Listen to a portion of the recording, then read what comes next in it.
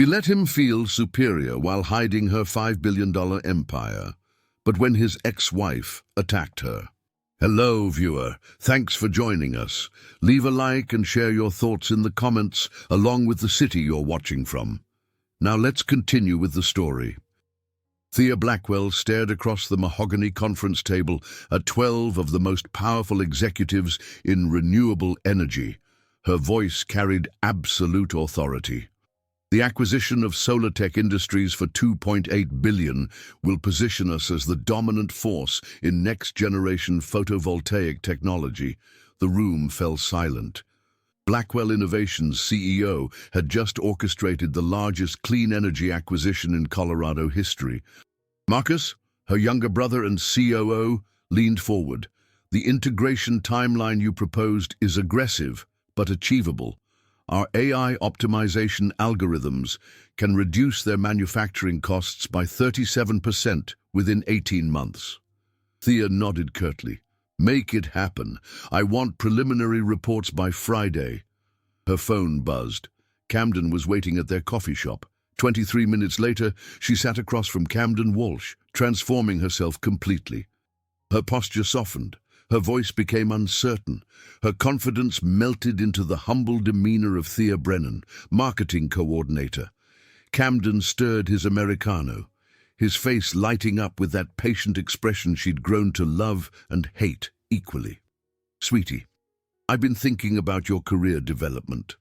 Oh, Thea tilted her head, the picture of eager attention.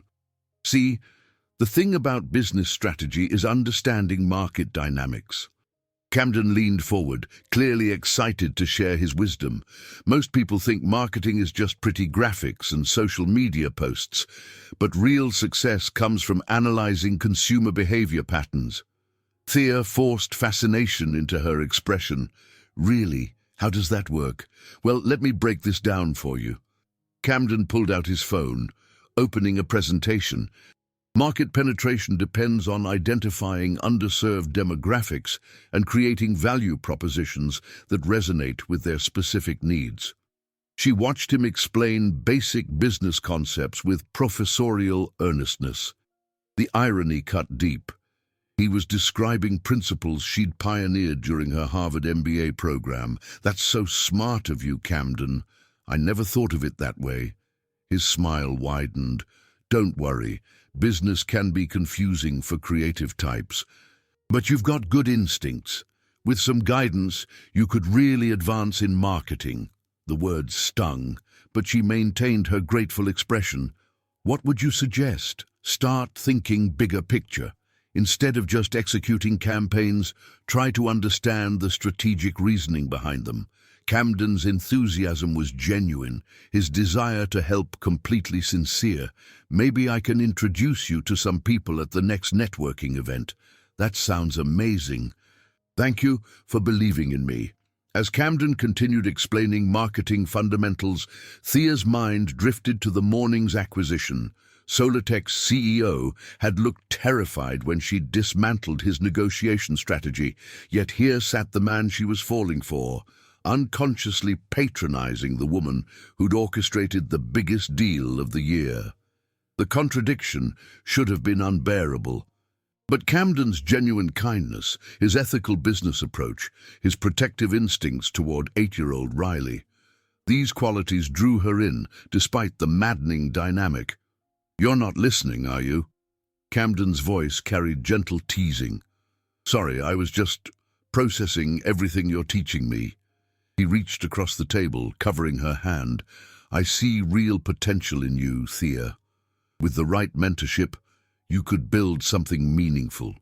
If only he knew she'd already built something worth $5 billion. The Denver Business Forum buzzed with networking energy as Camden guided Thea through clusters of suited professionals.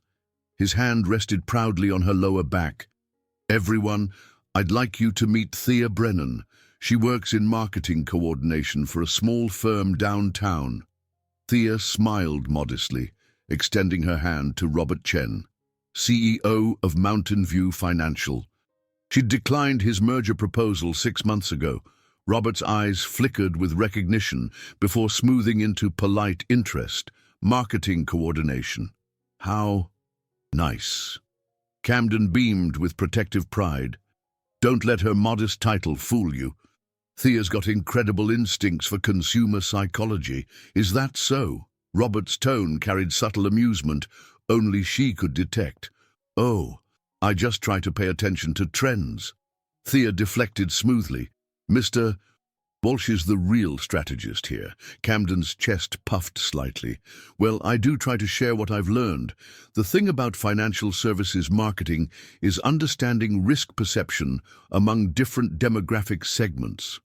Thea watched in fascination as he launched into an explanation of customer acquisition strategies her consulting team had developed for 3 major banks. Fascinating perspective. Robert caught her eye briefly. And what's your take on emerging fintech disruption, Miss Brennan? The question hung dangerously. Give too sophisticated an answer and blow her cover. Too simple and insult Robert's intelligence. Well, I imagine it's probably like any new technology. People are excited but also scared of change. Camden jumped in immediately. Exactly right. But let me add context. Digital disruption in financial services follows predictable adoption curves. Early adopters embrace convenience, while traditional customers require trust building through established institutions. As he continued explaining concepts she'd written papers about, Thea caught Robert suppressing a smile. Across the room, Sarah Martinez, CEO of Green Tech Solutions, watched their interaction with barely concealed amazement. The next hour passed in similar encounters. Industry leaders she'd negotiated with all played along with varying degrees of bewilderment as Camden introduced his girlfriend, the marketing coordinator. During a brief moment when Camden stepped away, Sarah approached discreetly. This is either the most elaborate undercover research project I've ever seen, or you're having way too much fun with this charade. Thea's persona slipped for a second. It's complicated. Honey, you just let him explain consumer segmentation to the woman who revolutionized demographic targeting for the entire renewable energy sector. He's a good man, Sarah, just unconsciously conditioned to assume he knows more about business than his girlfriend, something like that. Camden returned with drinks, immediately sliding back into educator mode. Thea, I was just telling Jim about that solar panel discussion we had. You remember how you thought residential adoption might accelerate if financing became more accessible? I mean, that just seemed logical. See what I mean? Camden turned to Jim proudly. She has this intuitive grasp of market barriers without any formal training. Jim nodded slowly, glancing between them with the expression of someone watching surreal theater. As the evening progressed, Thea felt familiar exhaustion creeping in. Maintaining this persona required constant vigilance, every response calibrated, every reaction performed, every instinct suppressed. Ready to head out? Camden asked eventually, his arms sliding around her waist. Definitely ready. On the drive home, he practically glowed. You were amazing tonight. I could see how impressed people were by your fresh perspective. They seemed surprised. The best insights often come from outside traditional industry thinking. You ask questions that challenge assumptions. Camden squeezed her hand. That's why I think you have real potential for advancement. Thea stared out at Denver's skyline, where her company's logo glowed from the 3rd tallest building. What are you thinking about? Just wondering if I'm really cut out for bigger responsibilities. Hey, Camden's voice grew serious. Don't let imposter syndrome hold you back. I've seen seasoned executives with less natural business sense than you showed tonight. His sincerity made her chest tight. He genuinely believed he was encouraging her, building confidence for success she'd already achieved. Thank you for believing in me. Always, sweetie, always. Camden's apartment felt cozy and lived in, a stark contrast to Thea's minimalist penthouse across town. She'd grown to love the mismatched furniture, Riley's artwork on the refrigerator, and financial journals stacked everywhere. Today held special significance. Camden had asked for help with a challenging client presentation, and Thea struggled to contain her expertise while providing useful guidance. So the Henderson Group wants to diversify into sustainable investments. Camden spread papers across his dining table, but they're risk-averse and concerned about renewable energy volatility. Thea perched on her chair's edge, studying documents that might as well have been elementary compared to the sustainability framework she developed daily. What's your approach going to be? Well, I'm thinking I need to address their misconceptions about clean energy returns. Camden pointed to a chart. See, they assume solar and wind investments are inherently unstable, but the data shows. He launched into renewable energy economics that made her bite her tongue to avoid correcting at least 6 fundamental errors. That makes sense.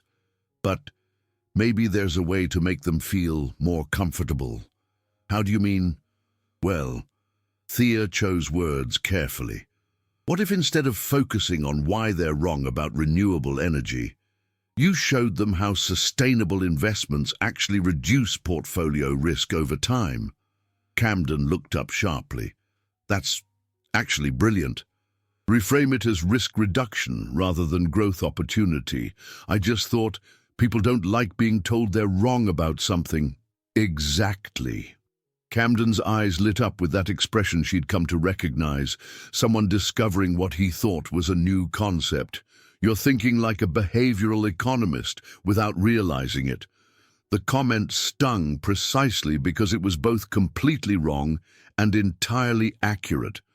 She was thinking like a behavioral economist because she'd earned her PhD in the subject from Wharton. I probably just watched too much business news. No, this is intuitive strategic thinking. Camden gathered papers, clearly energized. What else would you suggest? Maybe show them examples of companies they respect that have already made similar transitions. Social proof, yes. He started taking notes frantically. What kind of examples? Oh, I don't really know specific companies, just that people trust businesses they recognize. Right. But which ones would resonate with their demographic and risk profile? The question hung dangerously.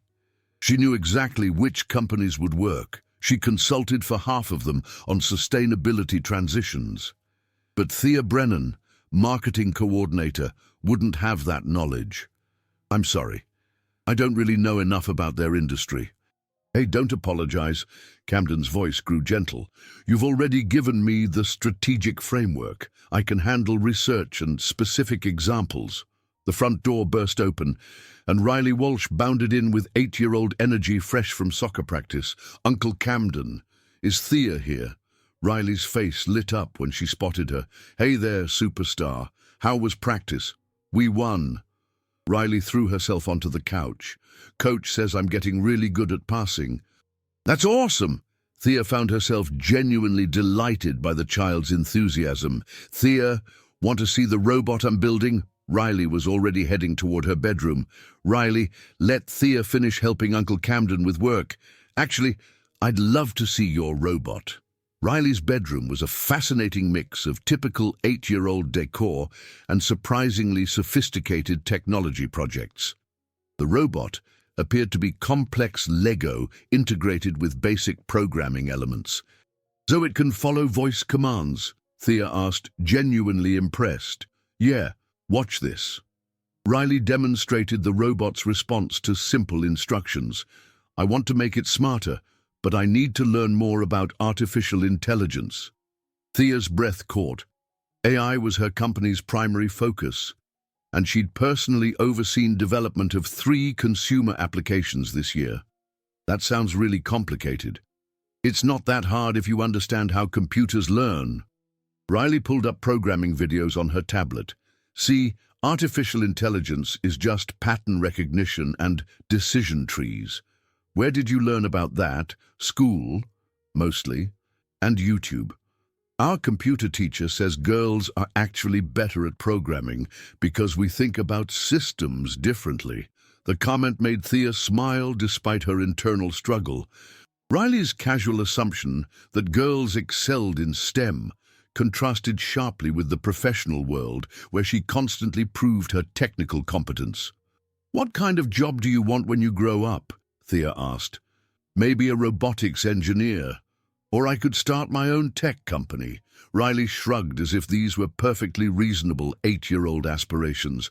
Girls can do anything now, right? Absolutely. The conviction in her voice surprised them both. "Uncle Camden says you work in marketing. That must be cool. It's interesting work. Do you get to make commercials and stuff? Sometimes, more like planning what products companies should focus on." Riley considered this seriously. "So you help businesses figure out what people want, something like that. That's basically market research and consumer psychology." Riley said this matter-of-factly. "We learned about it in social studies when we studied how businesses work." "You did?" "Yeah," Mrs. Peterson explained how companies use data to understand customer behavior. She said it's really complicated and requires special training. Thea felt her careful facade beginning to crack under innocent curiosity. "Riley, dinner in 5 minutes," Camden called from the kitchen. "Coming." Riley started putting away robot components. "Thea, can I ask you something?" "Sure. You seem to know a lot about business stuff for someone who just works in marketing.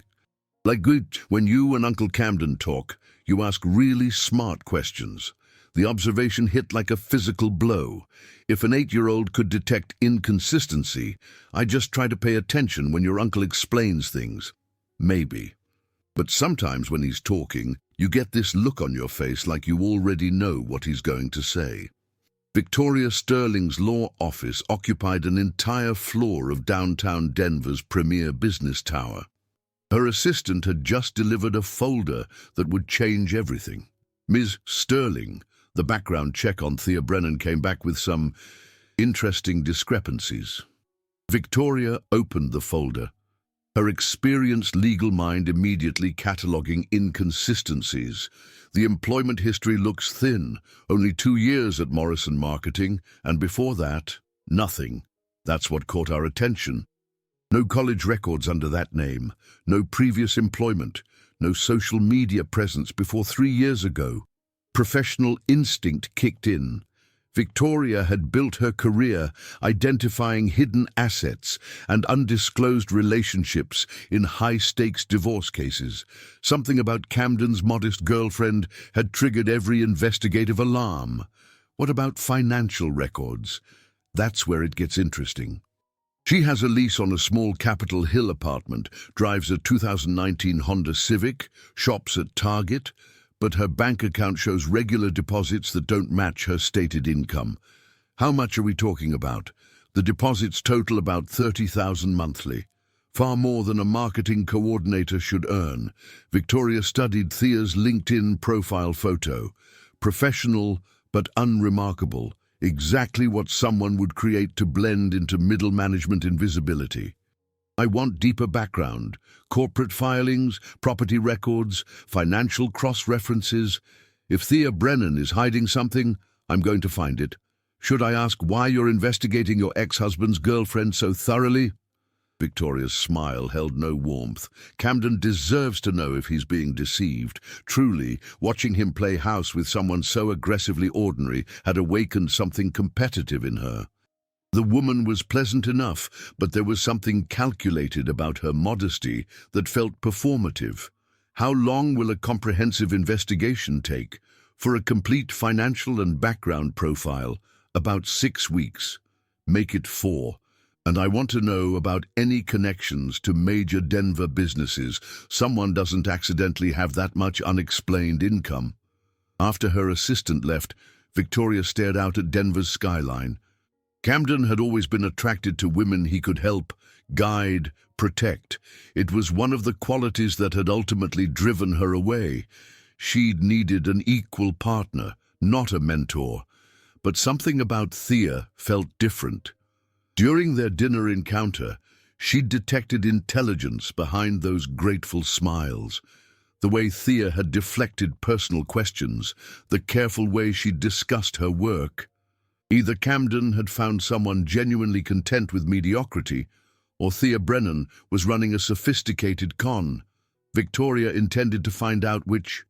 Her phone buzzed with a text from Camden. "Hope you have a great week. Thanks for being civil at dinner.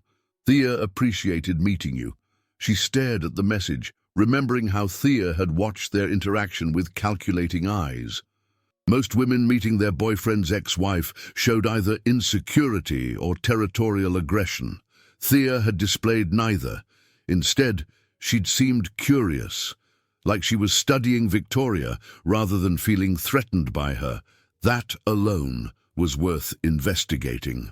The Walsh family backyard buzzed with Sunday afternoon energy as Camden guided Thea through introductions to aunts, uncles, and cousins she'd only heard about in stories.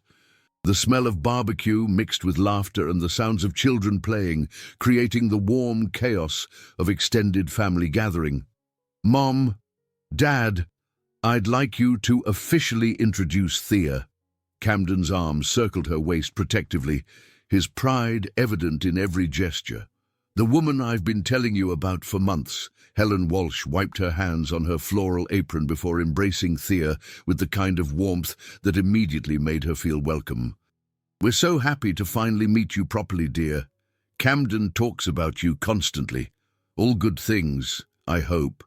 Thea smiled, immediately drawn to the genuine kindness radiating from Helen's eyes. "Only the best." Frank Walsh shook her hand with a firm grip that spoke of decades in construction work. "He says you work in marketing downtown. Just coordination, really. Nothing too exciting compared to what everyone here does." "Oh, don't let her fool you." Camden beamed with the kind of pride that made her chest tight with guilt. "Thea has incredible business instincts. She helped me solve a major client problem just last week with insights that completely changed our approach." Helen's eyes lit up with genuine interest. "How wonderful. What kind of businesses do you work with, dear?" Thea felt the familiar tightrope tension, every word requiring careful calibration. Small firms, mostly. Technology companies looking to expand their market reach. Nothing too sophisticated? That must be fascinating in Denver's tech scene. Frank settled into his worn lawn chair with obvious contentment. "The innovation happening here reminds me of Silicon Valley in the early days. All these young entrepreneurs changing the world. I wouldn't really know much about the big picture. I just handle the marketing side of things. Basic campaign coordination and client communication. Even that requires real skill these days." Helen joined them, carrying a pitcher of fresh lemonade. The technology sector moves so fast. Keeping up with trends must be challenging. Camden jumped in eagerly. "That's exactly what I keep telling her. Thea has this intuitive understanding of consumer psychology that most trained professionals would envy. She asks questions that cut right to the heart of strategic problems." The praise felt like tiny knives. He was celebrating her intuitive understanding of concepts she'd spent years mastering through advanced degrees and professional experience. "You're being too generous, Camden." "Not at all." Frank studied her with the assessing gaze of someone who'd hired and managed people for decades. Good judgment is rare in any field. Trust me. I've seen plenty of folks with impressive credentials who couldn't find their way out of a paper bag when it came to practical problem solving. Riley bounded over from the swing set, grass stains decorating her soccer uniform and dirt smudged across her cheek like war paint. "Thea, want to see the treehouse Grandpa and I built? It's got all sorts of cool engineering features." "Riley, let the adults finish their conversation." Camden started, but Thea was already standing. "Actually, I'd love to see it. Engineering sounds fascinating." The treehouse was genuinely impressive, built into the massive oak that dominated the backyard's corner like a wooden castle. Riley climbed up the rope ladder with the confidence of someone who'd made this journey hundreds of times, chattering excitedly about design specifications. Grandpa taught me about load-bearing supports and weight distribution. Riley pointed to various structural elements with surprising technical precision for an 8-year-old. See how these beams transfer the stress down to the trunk instead of putting all the weight on the platform itself. That's really smart engineering. Thea found herself genuinely impressed by the child's understanding of basic physics principles. Did you help design this or just build it? Both. Riley's pride was infectious. I drew up the plans first, then Grandpa helped me figure out what materials we'd need. We had to calculate maximum occupancy based on the branch strength and platform dimensions. The casual use of engineering terminology from a child who wasn't even in middle school yet struck Thea as both remarkable and somehow familiar. Riley's comfort with complex concepts reminded her of her own childhood fascination with systems and problem-solving. Want to know a secret? Riley leaned closer conspiratorially, lowering her voice to a theatrical whisper. Sure. I think grown-ups underestimate kids way too much. Like, they think we don't understand complicated stuff, but we totally do. Sometimes we understand things better because we don't assume they have to be hard. The comment hit uncomfortably close to home, carrying implications that made Thea's stomach clench. What makes you say that? Well, like when Uncle Camden talks about his work with you. Riley settled cross-legged on the treehouse platform, clearly settling in for a longer conversation. He explains everything like you've never heard of business before, but I can tell you already know most of what he's saying. Riley's innocent observation felt like a spotlight suddenly illuminating her careful performance. What do you mean? The way you nod when he's talking. It's not like you're learning something new. It's like you're waiting for him to finish saying something you already figured out. And sometimes you start to say something and then stop yourself, like you caught yourself about to say something you're supposed to pretend not to know. The 8-year-old's observational skills were terrifyingly accurate, cutting through months of careful deception with childlike directness. I try to be supportive when your uncle wants to share his knowledge. It makes him happy to feel helpful, but why can't you share your knowledge too? Wouldn't that be more fun than pretending to be confused about stuff you obviously understand? The innocent directness of the question made Thea's chest tight with an emotion she couldn't quite name. Before she could formulate a response that wouldn't shatter her carefully constructed persona, Camden called up from below. Everything okay up there? Don't let Riley talk your ear off about engineering projects. She'll go on for hours if you let her. Riley rolled her eyes with the exaggerated patience of a child dealing with obtuse adults. See what I mean? He thinks I'm just babbling about kid stuff, but this treehouse is actually using advanced structural principles that most adults don't understand. You're absolutely right, and that's really impressive for someone your age. Thanks. Riley grinned with genuine pleasure at being taken seriously. Most adults just say, "That's nice, sweetie," when I try to explain how things work, like they think I'm playing pretend instead of actually doing engineering. They climbed down to rejoin the family gathering, where conversation had naturally gravitated toward Camden's recent career developments and future prospects. So this Henderson Group presentation could be a real game-changer for your firm, Helen asked, refilling glasses and orchestrating the social flow with practiced ease. If it goes well, yes. Camden's excitement was evident in his animated gestures and elevated voice. It's the kind of client that could establish us as a major player in sustainable investment advisory. Thea actually gave me the strategic framework that made everything click into place. Frank looked genuinely impressed. Marketing and finance integration, that's sophisticated thinking, especially in the sustainability sector.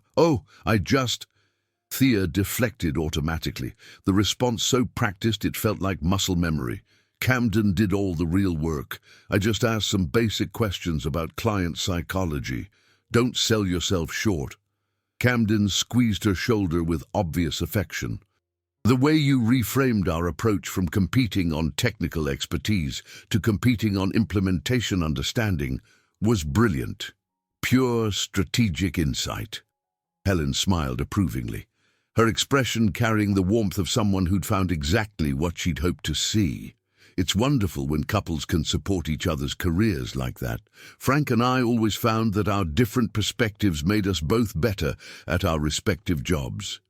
"What kind of work do you do, Helen?" Thea asked, grateful for the opportunity to redirect attention away from her own supposed accomplishments.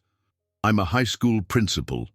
Helen settled into the conversation with obvious pleasure. 32 years in education, mostly dealing with teenagers who think they know everything and adults who've forgotten what it's like to be young and uncertain. That must be incredibly challenging. Managing both students and parents and administrative demands. The trick is remembering that everyone, students, parents, teachers, even administrators, just wants to feel heard and valued. Helen's voice carried the wisdom of someone who'd spent decades navigating complex human dynamics. Most conflicts arise from people feeling misunderstood or dismissed. The comment resonated uncomfortably. Thea wondered how Helen would react to discovering that her son's girlfriend had been systematically dismissing his need to feel intellectually valued by pretending to need his guidance and expertise. Camden's younger brother Mike joined their conversation circle, carrying his toddler daughter who immediately reached for Thea with the confidence of a child who'd been raised to expect affection from new adults. "So you're the famous Thea we keep hearing about." Mike grinned as his daughter settled comfortably in Thea's arms. "Camden's been singing your praises for months, says you're some kind of business genius hiding behind a humble exterior. I'm definitely more humble than genius." Thea bounced the toddler gently, finding genuine pleasure in the child's giggles. That's exactly what a genius would say. Mike's wife Sarah approached with cake and coffee. "Modest brilliance is the best kind. Shows you have perspective about what really matters." The conversation continued around achievements, aspirations, and family traditions. Thea found herself relaxing into the warmth of genuine family acceptance while simultaneously exhausted by the constant performance of intellectual modesty required to maintain her cover. As afternoon shifted toward evening, she helped Helen clear dishes from the outdoor tables, grateful for a moment of quieter conversation away from the larger group dynamics. "I can see why Camden is so taken with you." Helen rinsed plates with practiced efficiency, her voice carrying the particular tone mothers used for important conversations. "You have a calming presence, but there's real intelligence behind those thoughtful questions you ask." "Thank you. That means a lot coming from you. He needs someone who challenges him intellectually." Helen paused in her dishwashing to look directly at Thea. "Camden's always been attracted to women he could teach and protect, but I think what he really needs is a true partner, someone who can match his strengths and complement his weaknesses." The words carried weight that extended far beyond casual conversation. Helen Walsh had clearly observed her son's relationship patterns over the years and formed specific opinions about what would serve him best. "I really care about him." The words felt inadequate for the complexity of emotions involved. "It shows, dear. It shows in the way you listen to him, the way you support his ambitions, the way you fit into our family dynamics." Helen returned to her tasks, but her voice remained warm. "Just remember that partnerships work best when both people can be completely themselves." The observation felt like a gentle warning, or perhaps an invitation to deeper honesty. As the afternoon wound down and extended family began their departures, Riley approached with one final observation that would haunt Thea for days. "Thea, can I tell you something before you leave?" "Of course, sweetie. I think you're way smarter than you pretend to be." Riley's 8-year-old directness cut through all adult pretense and social politeness, "and I don't understand why you feel like you have to hide that from people who are supposed to love you. The comment landed like a physical blow, made more devastating by its source. An 8-year-old had seen through her elaborate deception to the loneliness at its core. Maybe someday when you're older, you'll understand that sometimes people hide parts of themselves to make other people comfortable. That sounds really sad. Riley's expression carried genuine concern that was almost unbearable. Like, if someone can't love you when you're being smart and successful, maybe they don't actually love you at all. Maybe they just love the idea of you. The wisdom in those words coming from a child felt like an indictment of every choice she'd made over the past 6 months. Yeah, Riley. Sometimes it is really sad. Camden's voice carried visible strain as he paced his apartment living room, phone pressed to his ear, in what was clearly becoming a crisis management situation. His hair was disheveled from running his hands through it repeatedly, and tension radiated from his shoulders like heat. "I understand the timeline is aggressive, David, but losing Henderson Group would devastate our quarterly projections and potentially cost us 3 other major clients who are watching this deal as a bellwether for our capabilities." Thea watched from the kitchen island, preparing coffee while listening to what was clearly a crisis call from his business partner. The familiar weight of professional expertise sat heavily in her chest as she recognized the strategic challenges Camden was describing. Challenges she could solve in minutes if she could reveal her true background. "David, slow down and walk me through exactly what happened." Camden switched to speakerphone, running his hands through his hair in obvious frustration. What exactly did their CFO say when he called this morning? She could hear David's agitated voice crackling through the speaker as Camden began taking notes on a legal pad, his handwriting becoming increasingly erratic as the situation escalated. "They're questioning our entire approach to sustainable investment integration. Apparently, some hotshot consulting firm convinced them that our renewable energy projections are fundamentally flawed and that our risk assessment methodology is outdated." Thea's stomach clenched as professional recognition dawned. She knew exactly which consulting firm David was describing. Marcus had mentioned working with Henderson Group on advanced sustainability frameworks just last month. "Which consulting firm are we talking about?"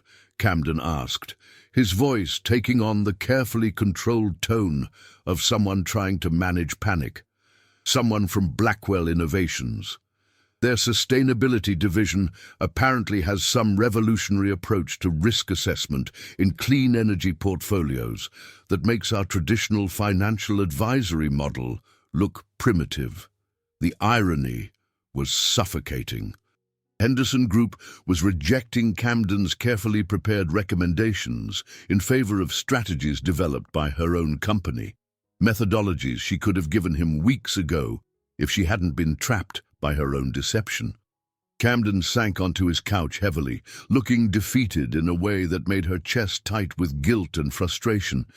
"So what are our realistic options at this point? We present tomorrow morning at 9 sharp.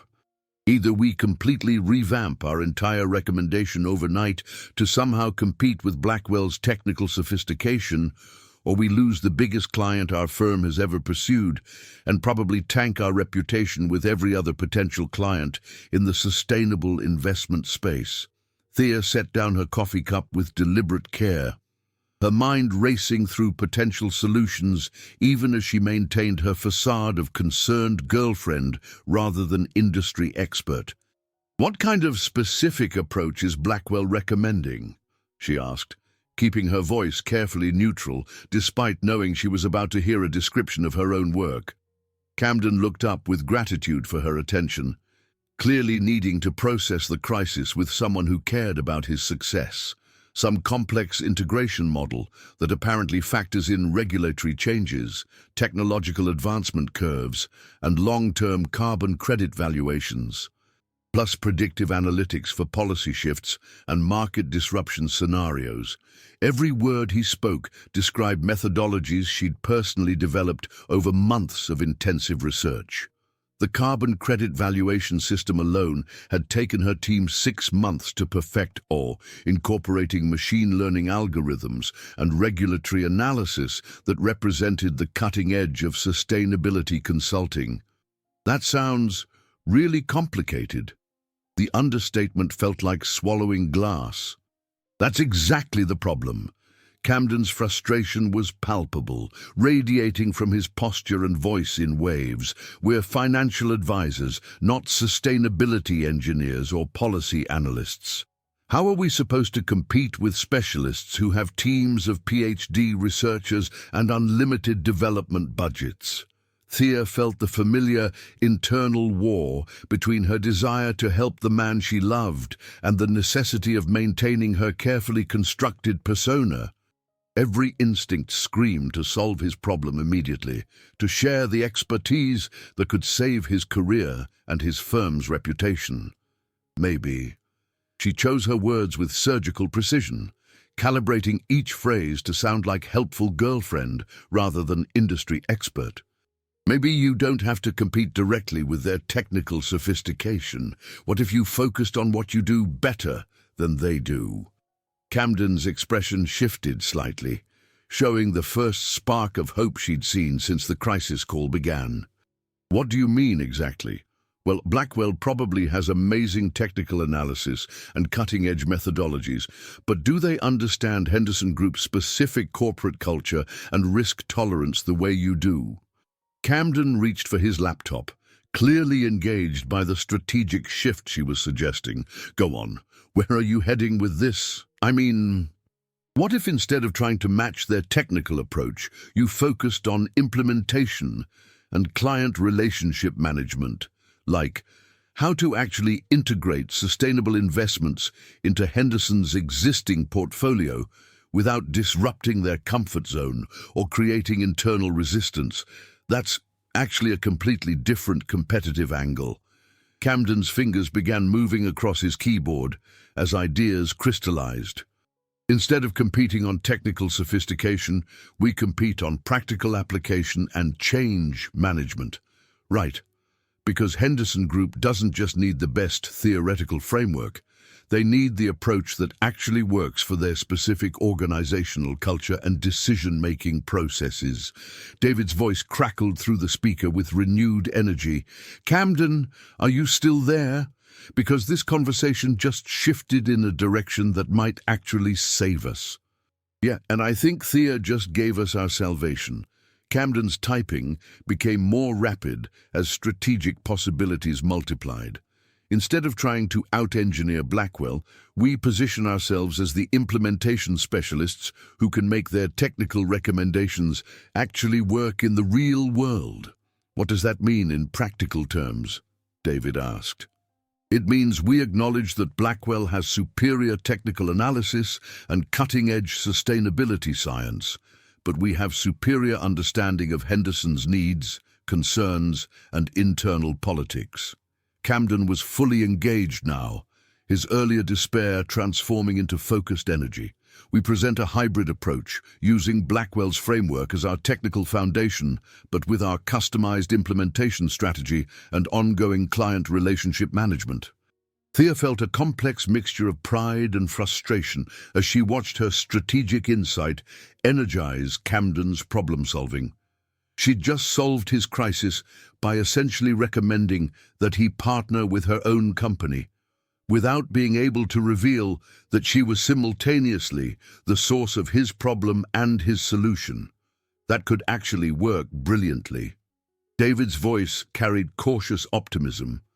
But we'd need to completely restructure tomorrow's presentation and somehow get Blackwell's buy-in for a collaborative approach. I can handle the presentation restructuring tonight. Camden looked at Thea with genuine gratitude that made her chest tight with guilt. And maybe Blackwell would be interested in partnering rather than competing if we position ourselves as complementary rather than adversarial. What makes you think they'd be open to collaboration? Because smart consulting firms understand that client success matters more than ego battles. And if Henderson Group gets better results from a collaborative approach, everyone wins. As they continued strategizing, Thea wrestled with the surreal experience of listening to Camden plan a collaboration with her own company while she sat beside him, pretending to understand none of the technical details they were discussing. "I should probably let you two work on this." She started to stand, but Camden reached for her hand. "Actually, would you mind staying? Having you here helps me think more clearly, and you might have insights I'm missing." The request felt like emotional quicksand. Every additional moment of involvement deepened her deception while making it harder to eventually reveal the truth. "Of course. Whatever you need." For the next 3 hours, Thea watched Camden work with the intensity and focus that had first attracted her to him. His ethical approach to client relationships, his genuine concern for delivering value rather than maximizing profit, his collaborative instincts even when facing competitive threats. These qualities reminded her why she'd fallen for him, despite the maddening dynamic between them. Around midnight, as he finally closed his laptop and stretched muscles cramped from hours of concentrated work, Camden looked exhausted but hopeful. "I think we actually have a real chance now. Thanks to you. You did all the complex work. I just asked a few basic questions." "No." Camden's voice grew serious as he moved to sit beside her on the couch. "You have this way of seeing the heart of a problem and finding elegant solutions that completely reframe the challenge. It's a rare gift, and I don't think you fully appreciate how valuable that kind of strategic thinking really is." The compliment stung precisely because it was both patronizing and accurate. He was praising her rare gift for strategic thinking, while remaining completely unaware that he was speaking to someone whose strategic insights had built a multi-billion-dollar empire. "You're being too generous." "I'm being honest." Camden took her hands in his expression carrying an intensity that made her pulse quicken. "You see possibilities that experienced professionals miss because you ask the right questions instead of assuming you already know the answers." If only he knew that her right questions came from years of experience providing answers to similar challenges for Fortune 500 companies worldwide.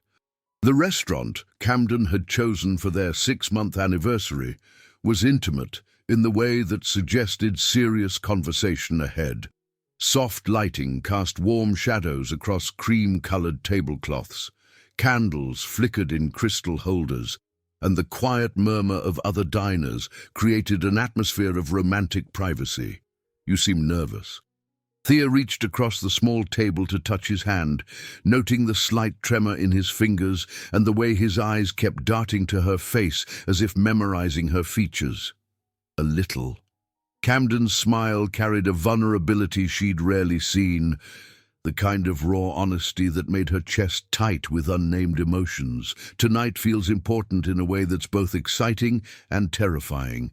Good important or scary important? Both, maybe, definitely both." The waiter approached with practiced discretion, taking their orders with the invisible efficiency of someone trained to fade into the background during significant conversations. When they were alone again with champagne and the weight of unspoken words, Camden's nervous energy became almost tangible. "Thea." Camden's voice grew serious, taking on the tone people used for life-changing announcements. "I need to tell you something that I've been thinking about for weeks." Her heart rate accelerated as professional paranoia kicked in.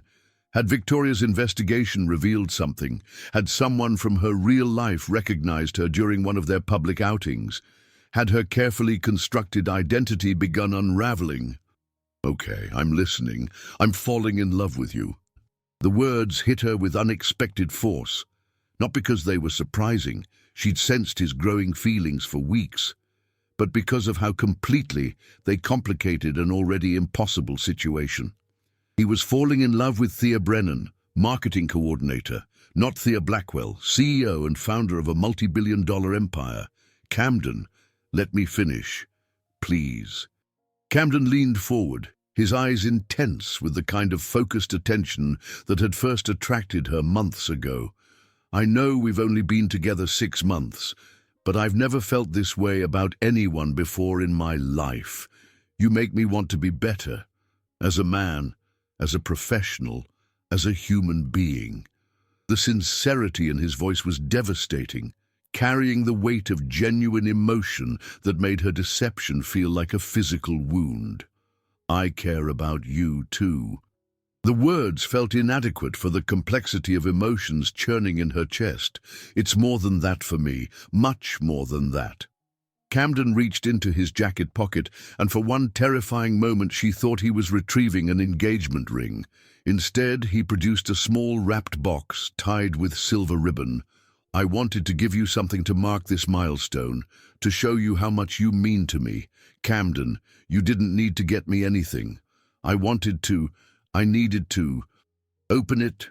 Inside the box was a delicate silver necklace with a pendant shaped like a compass rose, the kind of thoughtful jewelry that spoke of careful consideration rather than expensive impulse. "I chose this because—" Camden's nervousness was endearing, making him seem younger and more vulnerable than his usual confident professional persona. "Because you helped me find my direction. Before you, I was just going through the motions professionally and personally. But you challenged me to think differently, to see opportunities and possibilities I would have missed completely. It's beautiful." And it was simple, elegant, meaningful in a way that expensive gifts often weren't. "I had it engraved." Camden pointed to tiny script etched into the back of the pendant. "To new directions." The gesture was thoughtful and romantic, representing exactly the kind of meaningful symbolism that she'd always hoped to find in a relationship.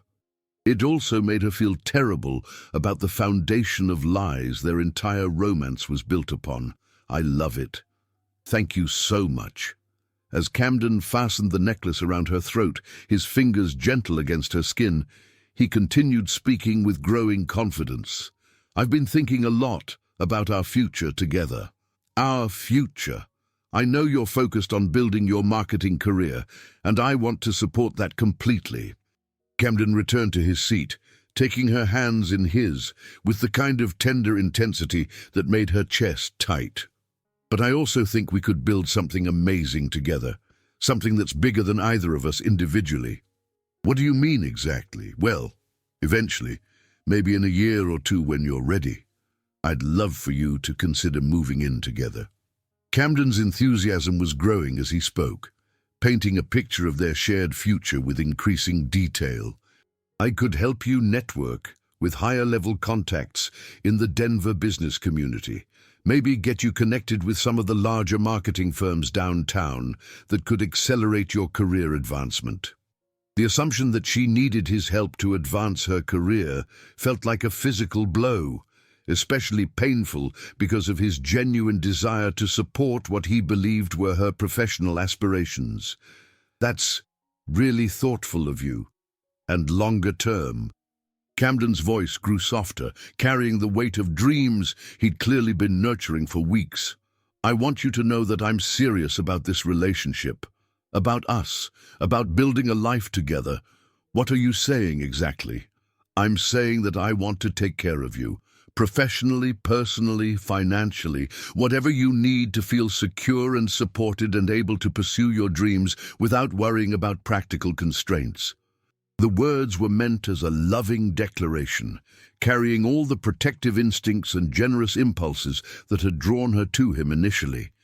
They landed like lead weights in her stomach. He wanted to take care of her financially, her whose personal net worth exceeded the GDP of most small countries. I don't know what to say. Say that you can see a future with me too. Say that what we have together feels as real and important to you as it does to me." The pleading in his voice was heartbreaking because his emotions were completely genuine, even though they were based on a fundamental misunderstanding of who she was and what she needed from a relationship. "I can see a future with you." The words were true, even if the context was impossibly complicated. "Really? You mean that? Really?" Camden's relief was palpable, transforming his entire posture and expression. I know I'm probably getting ahead of myself, but I've already started thinking about practical details and logistics. What kind of details? Well, my apartment is significantly bigger than yours, so it would make financial sense for you to move in with me when your lease is up. Camden was clearly excited to share plans he'd been developing. And I could help with some of your expenses while you're building your career. Student loans, car payments, whatever financial pressures are making it harder for you to take professional risks. I don't have student loans. The words slipped out before she could stop them, creating a moment of silence that felt dangerous. You don't... I had scholarships.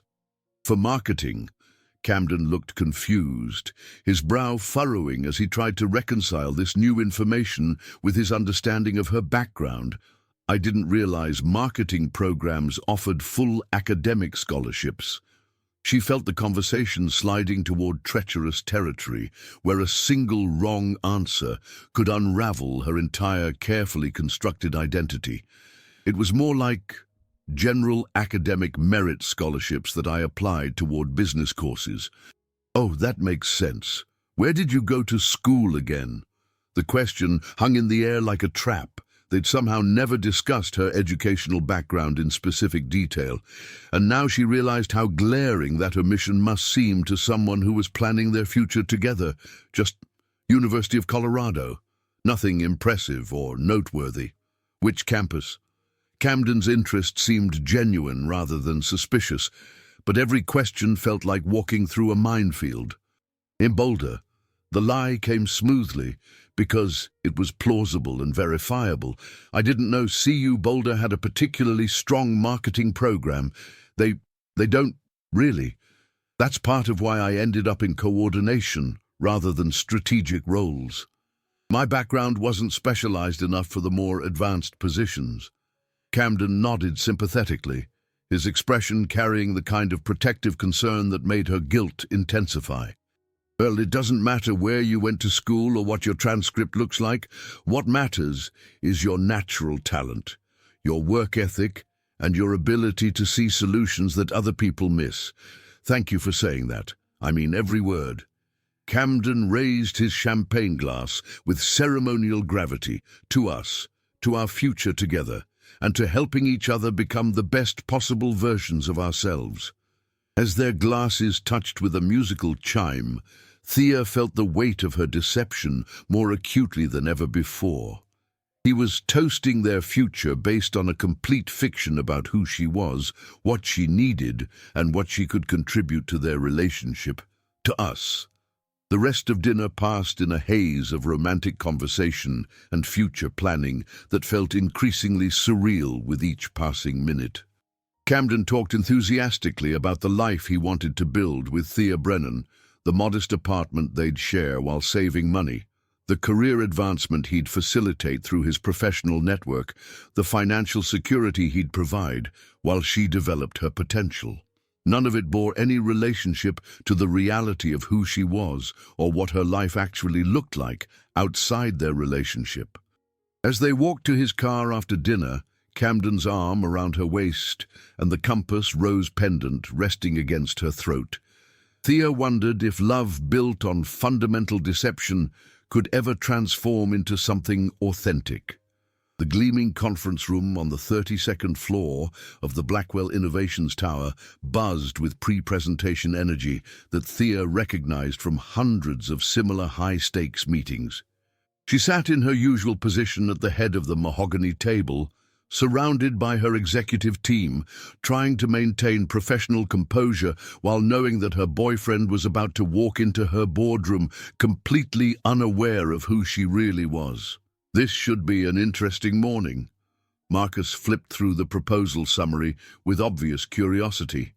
Walsh & Associates wants to present implementation strategies for our Henderson Group framework, positioning themselves as practical application specialists rather than trying to compete with our technical development. Thea's stomach clenched as she scanned the agenda, knowing that the next hour would require her to maintain perfect professional composure while Camden pitched collaboration with the company she'd founded and built from nothing. "What do we know about this firm specifically?" Elena asked, reviewing her notes with the thoroughness that had made her Thea's most trusted advisor. Mid-tier financial advisors with solid client relationships but limited technical expertise in sustainability consulting. Thea kept her voice professionally neutral, despite the surreal nature of discussing Camden's firm as if she'd never heard of it before.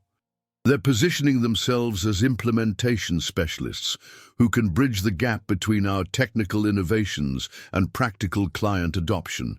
Smart, strategic positioning. Actually, Marcus looked genuinely impressed as he studied Walsh & Associates' credentials. Instead of trying to compete with our research and development capabilities, they're offering complementary expertise in change management and client psychology. The conference room door opened with practiced quiet, and David Torres entered with the confidence of someone accustomed to high-level presentations, followed immediately by Camden.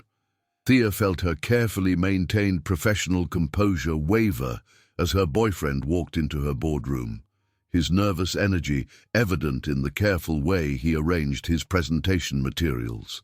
"Good morning, everyone." David stepped forward with the kind of polished confidence that came from years of client presentations. "Thank you for this opportunity to discuss a collaborative approach that we believe could benefit all parties involved." Camden set up his laptop with meticulous care, his attention to detail reflecting both professional thoroughness and obvious anxiety about the importance of this presentation. When he looked up to acknowledge the room, his eyes passed over her with polite professional interest, showing no recognition whatsoever. "We understand that Blackwell Innovations has developed sophisticated sustainability frameworks that represent the cutting edge of environmental investment strategy." Camden's voice carried the professional authority she'd grown accustomed to over 6 months of relationship. "Our goal isn't to compete with your technical expertise, but to complement it with practical implementation strategies that address the human and organizational factors that often determine whether innovative approaches succeed or fail in real-world applications." As Camden launched into his presentation, Thea experienced a strange cognitive dissonance that felt like watching her 2 separate lives collide in slow motion. She was simultaneously the CEO evaluating a business proposal and the girlfriend watching the man she loved present to a room that included the woman he'd been unconsciously patronizing for months. The Henderson Group has expressed specific concerns about integration complexity and organizational disruption. Camden clicked to his next slide with practiced timing. While they appreciate Blackwell's advanced methodologies and recognize their technical superiority, they need assurance that implementation won't create internal resistance or disrupt their existing investment philosophy. Marcus leaned forward with genuine interest, clearly engaged by Camden's understanding of client psychology. "What specific integration challenges have they identified?" Camden's response demonstrated sophisticated understanding of Henderson's corporate culture, risk tolerance, and decision-making processes.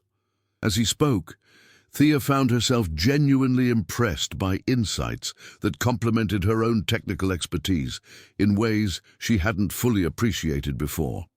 "Our experience suggests that client psychology management is often more important than technical optimization when it comes to successful consulting relationships." Camden looked directly at her as he spoke, his professional confidence evident, but with no awareness that he was explaining client relations to someone who managed billions in assets. "The most elegant technical solution is worthless if the client lacks confidence in its practical application." Interesting perspective. Thea maintained her CEO voice despite the emotional complexity of the moment. "What makes you confident that your firm can effectively bridge that gap?" Camden's answer revealed strategic thinking and emotional intelligence that she hadn't fully recognized during their personal interactions. His focus on relationship building, trust development, and change management addressed genuine weaknesses in Blackwell's typically technology-forward approach to consulting. We've found that sustainable business transformation requires more than technical innovation. It requires careful attention to human factors, organizational culture, and psychological comfort with change. Camden's presentation gained momentum as he described case studies and methodologies. Our role would be to serve as translators and facilitators, helping clients understand not just what Blackwell's innovations can do, but how to implement them in ways that feel natural and sustainable within their existing operational framework. Elena asked probing questions about timeline, resource allocation, and success metrics. Marcus challenged assumptions about Henderson's adaptability and long-term commitment. Through every exchange, Camden held his ground with confidence and professionalism that made Thea proud despite the surreal circumstances. Your implementation timeline seems ambitious given the complexity of organizational change management. Elena's tone carried the kind of respectful skepticism that indicated genuine engagement with the proposal. What contingency plans do you have for resistance or unexpected complications? Camden's response demonstrated both realistic risk assessment and creative problem-solving approaches. As the presentation continued, Thea realized that his proposal actually added significant value to her company's framework, addressing client relationship challenges that her technically focused team often struggled with.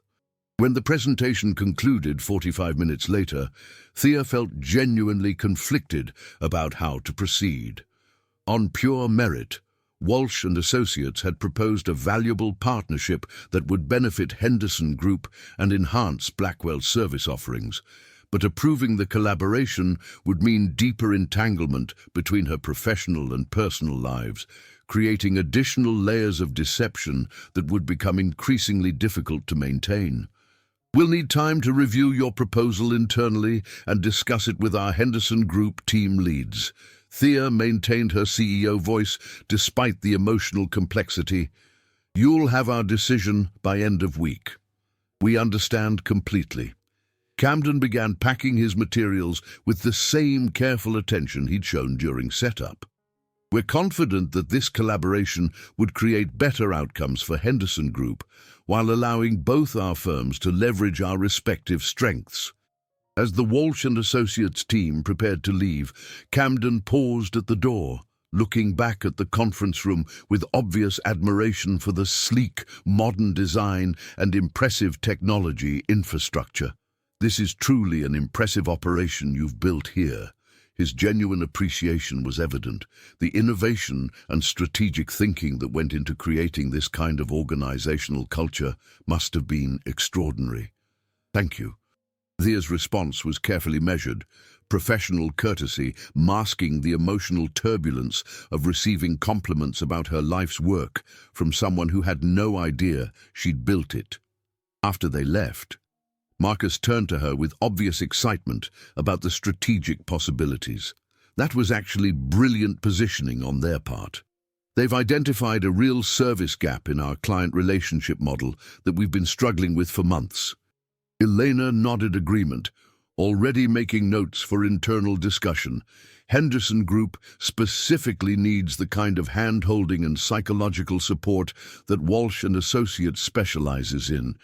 Their change management expertise could be exactly what we need to make our technical innovations more accessible. So you're both recommending the partnership. I'm recommending we seriously consider it. Marcus pulled up Camden's financial projections on his laptop. Their implementation timeline is realistic, their fee structure is reasonable, and their track record with similar clients suggests they can actually deliver what they're promising.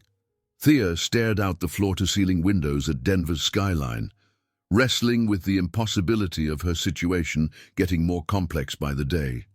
Professionally, Camden's proposal made perfect sense and would likely improve outcomes for everyone involved.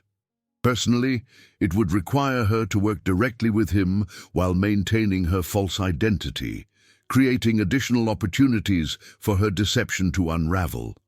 Schedule a follow-up meeting for Thursday morning. We'll give them our decision then.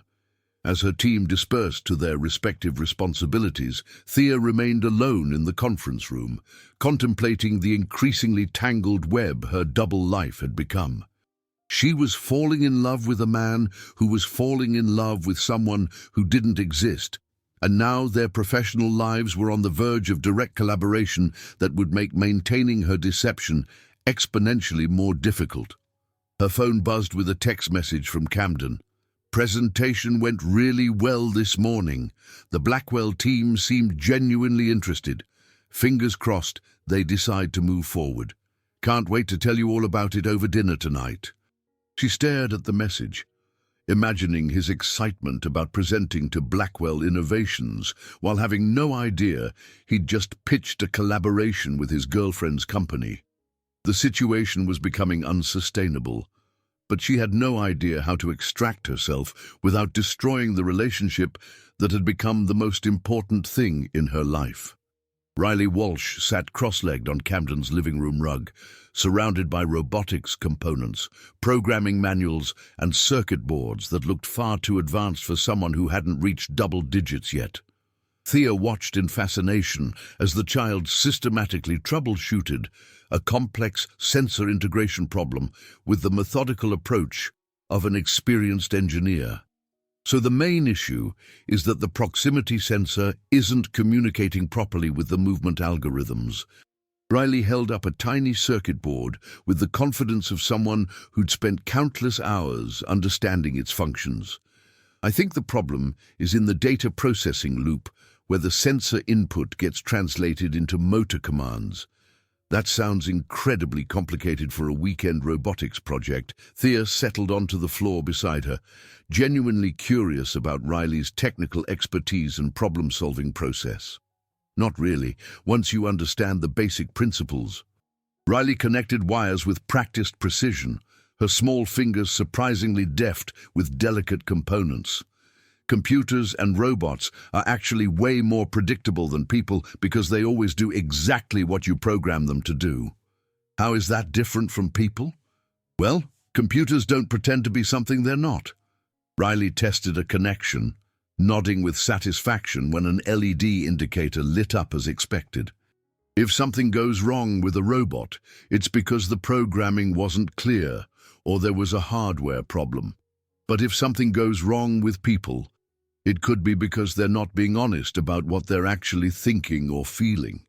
The observation carried unexpected depth for someone Riley's age, and Thea felt heat rising in her cheeks as the implications became clear. That's a really insightful way to think about it. What made you come up with that comparison? I see it all the time with grown-ups. Riley returned to her circuit board, speaking with the matter-of-fact directness that only children seemed capable of. Like when we have substitute teachers who act all confused about technology so the regular teacher won't feel bad when she comes back, or when mom pretends she doesn't understand football strategy so dad can explain everything during games and feel smart. Those situations do sound similar. Where is your mum today, by the way? She's at her book club, which is really just an excuse for her and her friends to drink wine and complain about their husbands. Riley's casual cynicism was both amusing and slightly disturbing, but they pretend it's about discussing literature, so everyone feels more sophisticated. You seem to notice a lot about how adults behave. Kids notice everything. Riley looked up from her project with serious 8-year-old eyes. Grown-ups think we don't understand what's happening around us, but we usually understand better than they do, because we're not trying to pretend everything is more complicated than it actually is. Before Thea could formulate a response that wouldn't reveal too much about her own situation, Riley continued with the kind of direct questioning that made conversations with children both delightful and terrifying. Can I ask you something personal? Of course. What's on your mind? Do you ever get tired of pretending not to be as smart as you really are? The question hit like a physical blow, carrying the force of innocent observation that cut through months of elaborate self-justification and careful rationalization. What makes you think I'm pretending about anything? Come on. Riley's expression was patient but knowing, the look of someone who'd been observing carefully and drawing logical conclusions. When Uncle Camden explains business stuff to you, you get this look on your face like you're trying really hard not to roll your eyes or correct him. I try to be supportive when your uncle wants to share his knowledge. But why can't you share your knowledge too? Riley interrupted with the kind of directness that adults rarely employed. Wouldn't it be more fun for both of you if you could actually talk about things you're both interested in, instead of one person pretending to teach and the other person pretending to learn? The 8-year-old's logic was devastating in its simplicity and accuracy.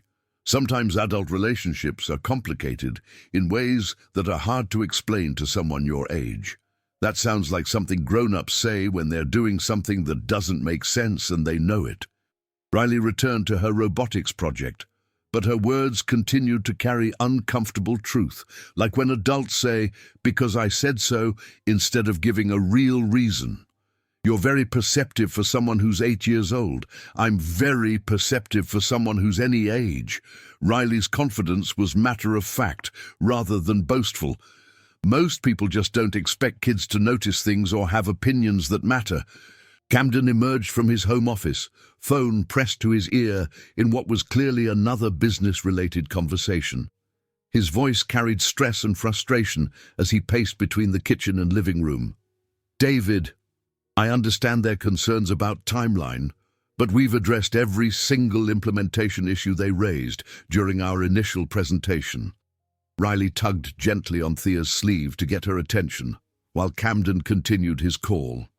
"Can I tell you what I think is really going on with your uncle's business situation? No, with you and him." Riley kept her voice low so Camden wouldn't overhear. "I think you're way smarter about business than you let him know, and I think he would actually like you more if he knew how smart you really are." "What makes you say that?" "Because when he talks about work, he gets really excited when you ask good questions or suggest solutions. Like, he's proud of you for being clever, but then he also seems confused about why you don't already know more about business stuff." Riley had somehow identified the central contradiction in Thea's relationship with Camden with the kind of clarity that comes from observing without adult preconceptions or emotional investment. That's a very thoughtful observation. It's also really obvious if you're paying attention. Riley connected another circuit component.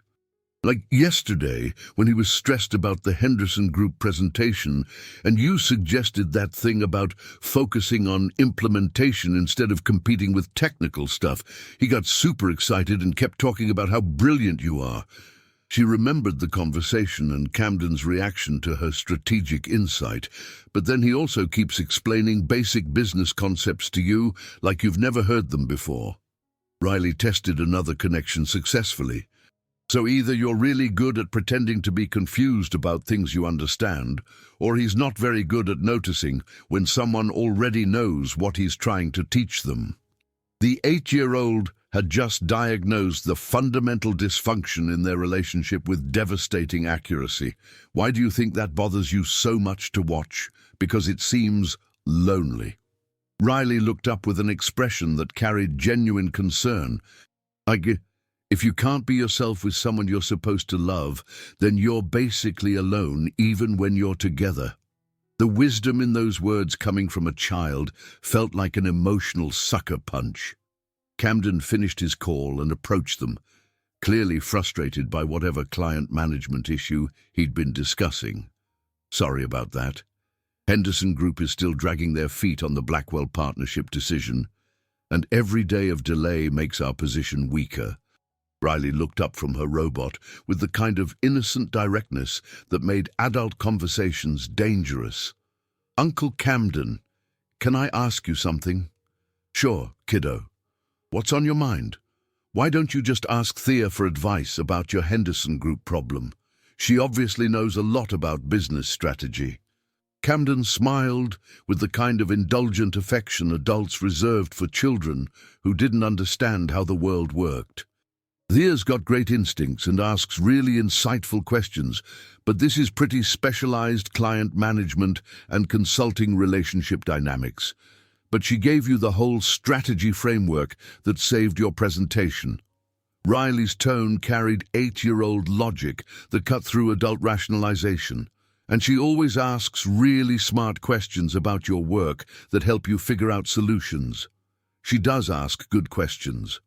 Camden looked at Thea with genuine appreciation and growing awareness, and her strategic thinking has been incredibly valuable for several client situations. So why don't you talk to her like she's your business partner instead of like she's your student? The question hung in the air with uncomfortable weight. Camden looked confused, as if the possibility had never occurred to him, despite months of evidence supporting Riley's observation. I don't think I talk to her like she's my student. Riley shrugged with 8-year-old matter-of-factness and returned to her robotics project. Maybe not. But you explain a lot of stuff that she probably already knows. Camden's phone rang again before he could respond, pulling him back into crisis management mode as he stepped away to handle another client concern. Riley spoke quietly without looking up from her circuit board work. I bet if you told him what you really think, instead of just asking careful questions, he'd be surprised by how much you actually know about business. Maybe you're right. Or maybe grown-ups just like making relationships more complicated than they need to be. Riley successfully activated her robot's movement sequence, watching with satisfaction as it navigated around furniture according to her programming. Kids don't usually pretend to be dumber than we are, just to make other people feel smart. As Riley continued refining her robot's sensor integration, occasionally making observations about artificial intelligence and programming logic that would have impressed graduate students, Thea wrestled with the child's uncomfortable insights about authenticity, loneliness, and the emotional cost of hiding fundamental aspects of yourself from someone you loved. Riley finished connecting her final circuit and initiated a comprehensive test of the robot's response systems. The small machine moved with surprising sophistication, responding to complex voice commands and navigating obstacles with mechanical precision that reflected hours of careful programming and engineering work. That's genuinely incredible, Riley. How long did it take you to develop this level of functionality? About 3 months of working on weekends and after school. Riley controlled the robot through an obstacle course constructed from books, toys, and furniture. The coolest thing about learning from online tutorials is that nobody assumes you can't understand something just because you're 8 years old. The comment carried pointed subtext that wasn't lost on either of them. Adults make assumptions about what kids can handle, but they also make assumptions about what other adults can understand based on their job titles or backgrounds. Riley watched her robot successfully navigate complex maneuvers. It's like everyone's supposed to stay in their own little box of knowledge and never show that they might know things outside their designated area. That sounds like a pretty limiting way to live. Yeah, Riley looked directly at her with 8-year-old wisdom. You know what I really don't understand? What's that? Why anyone would build something amazing and then hide it from people who are supposed to love them enough to think it's cool. Victoria Sterling's law office had been systematically transformed into what looked like an FBI investigation command center. Documents covered every surface in carefully organized stacks.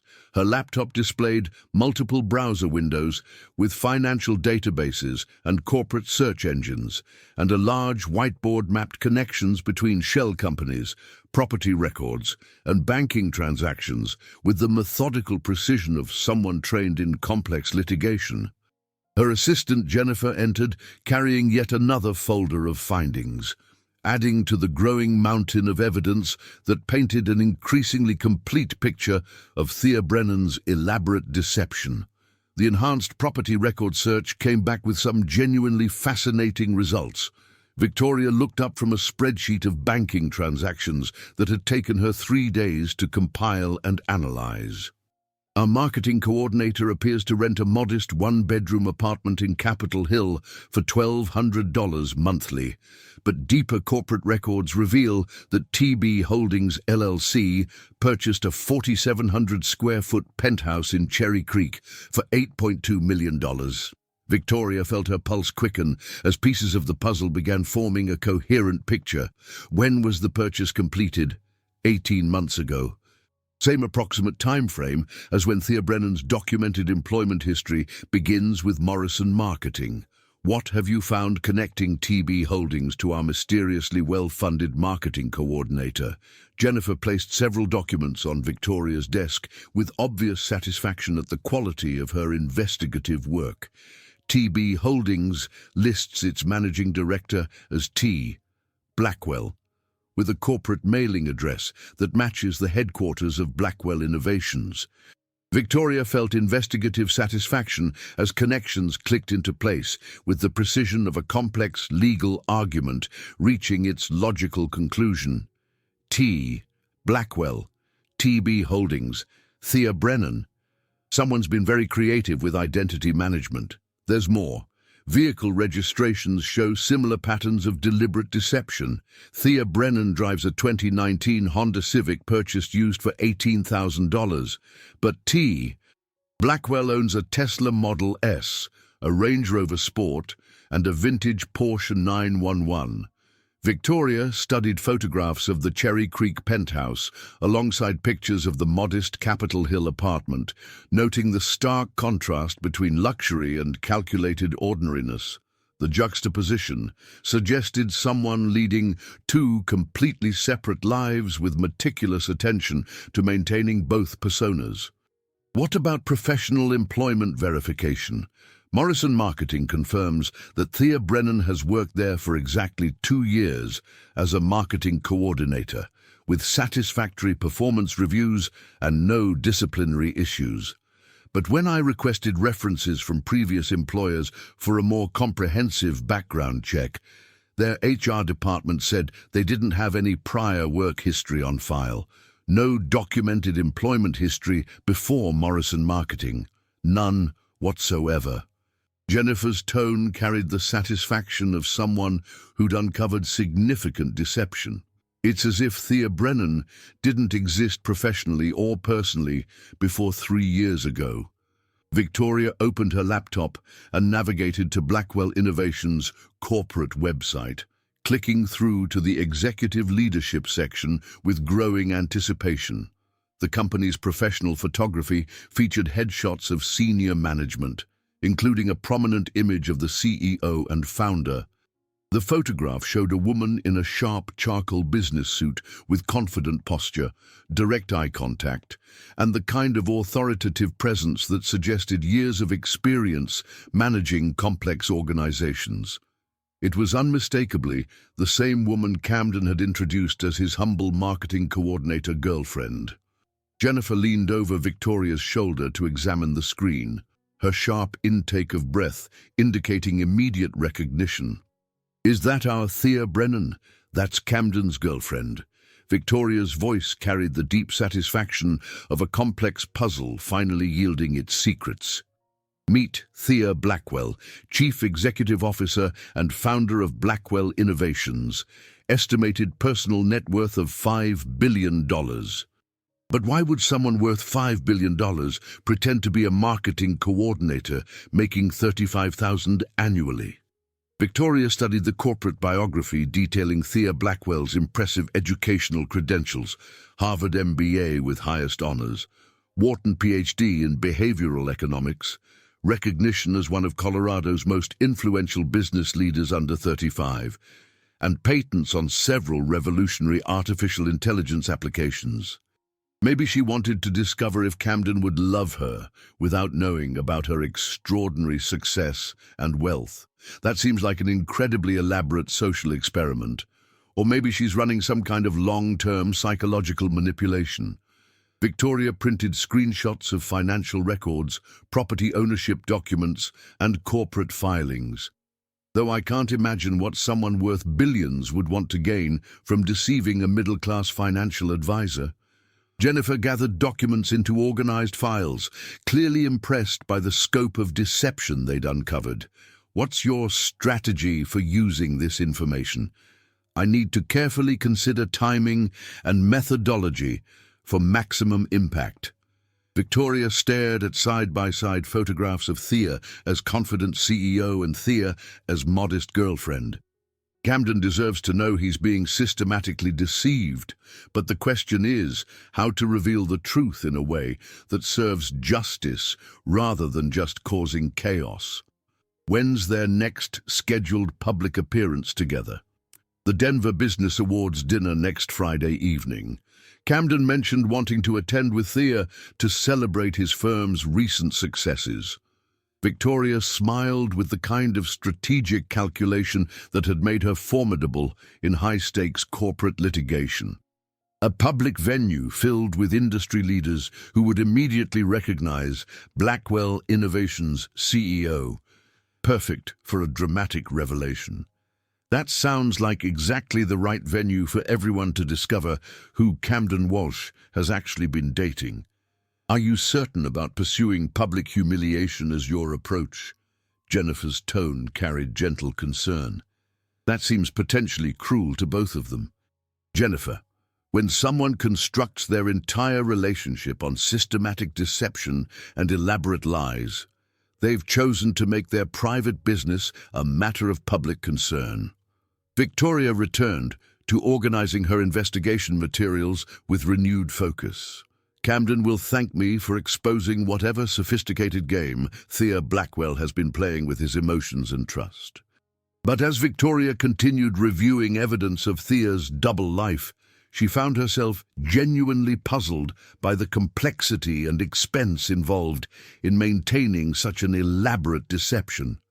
Creating and sustaining a false identity required enormous effort, careful planning, and significant financial resources. Most people engaged in such systematic deception had clear financial motivations or specific goals that justified the investment. What did billionaire Thea Blackwell need or want from middle-class Camden Walsh that she couldn't simply purchase for herself? The question continued to puzzle Victoria as she finalized her revelation strategy. She'd built her legal career on understanding hidden motivations and exposing concealed assets, but Thea Blackwell's reasons for such elaborate deception remained frustratingly opaque. Perhaps Friday evening's dramatic revelation would provide answers, along with the justice that both Camden and the truth deserved. Her phone chimed with a text message notification. Camden had sent a group message to several mutual friends. Looking forward to the Business Awards dinner Friday. Excited to introduce Thea to more of Denver's business community. She's been such an amazing support for my career development.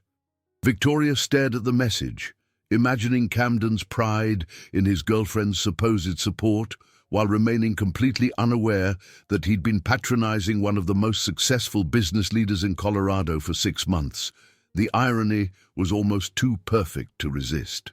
The Denver Business Awards dinner represented the pinnacle of Colorado's professional networking calendar, drawing CEOs, entrepreneurs, and industry leaders to the grand ballroom of the Brown Palace Hotel.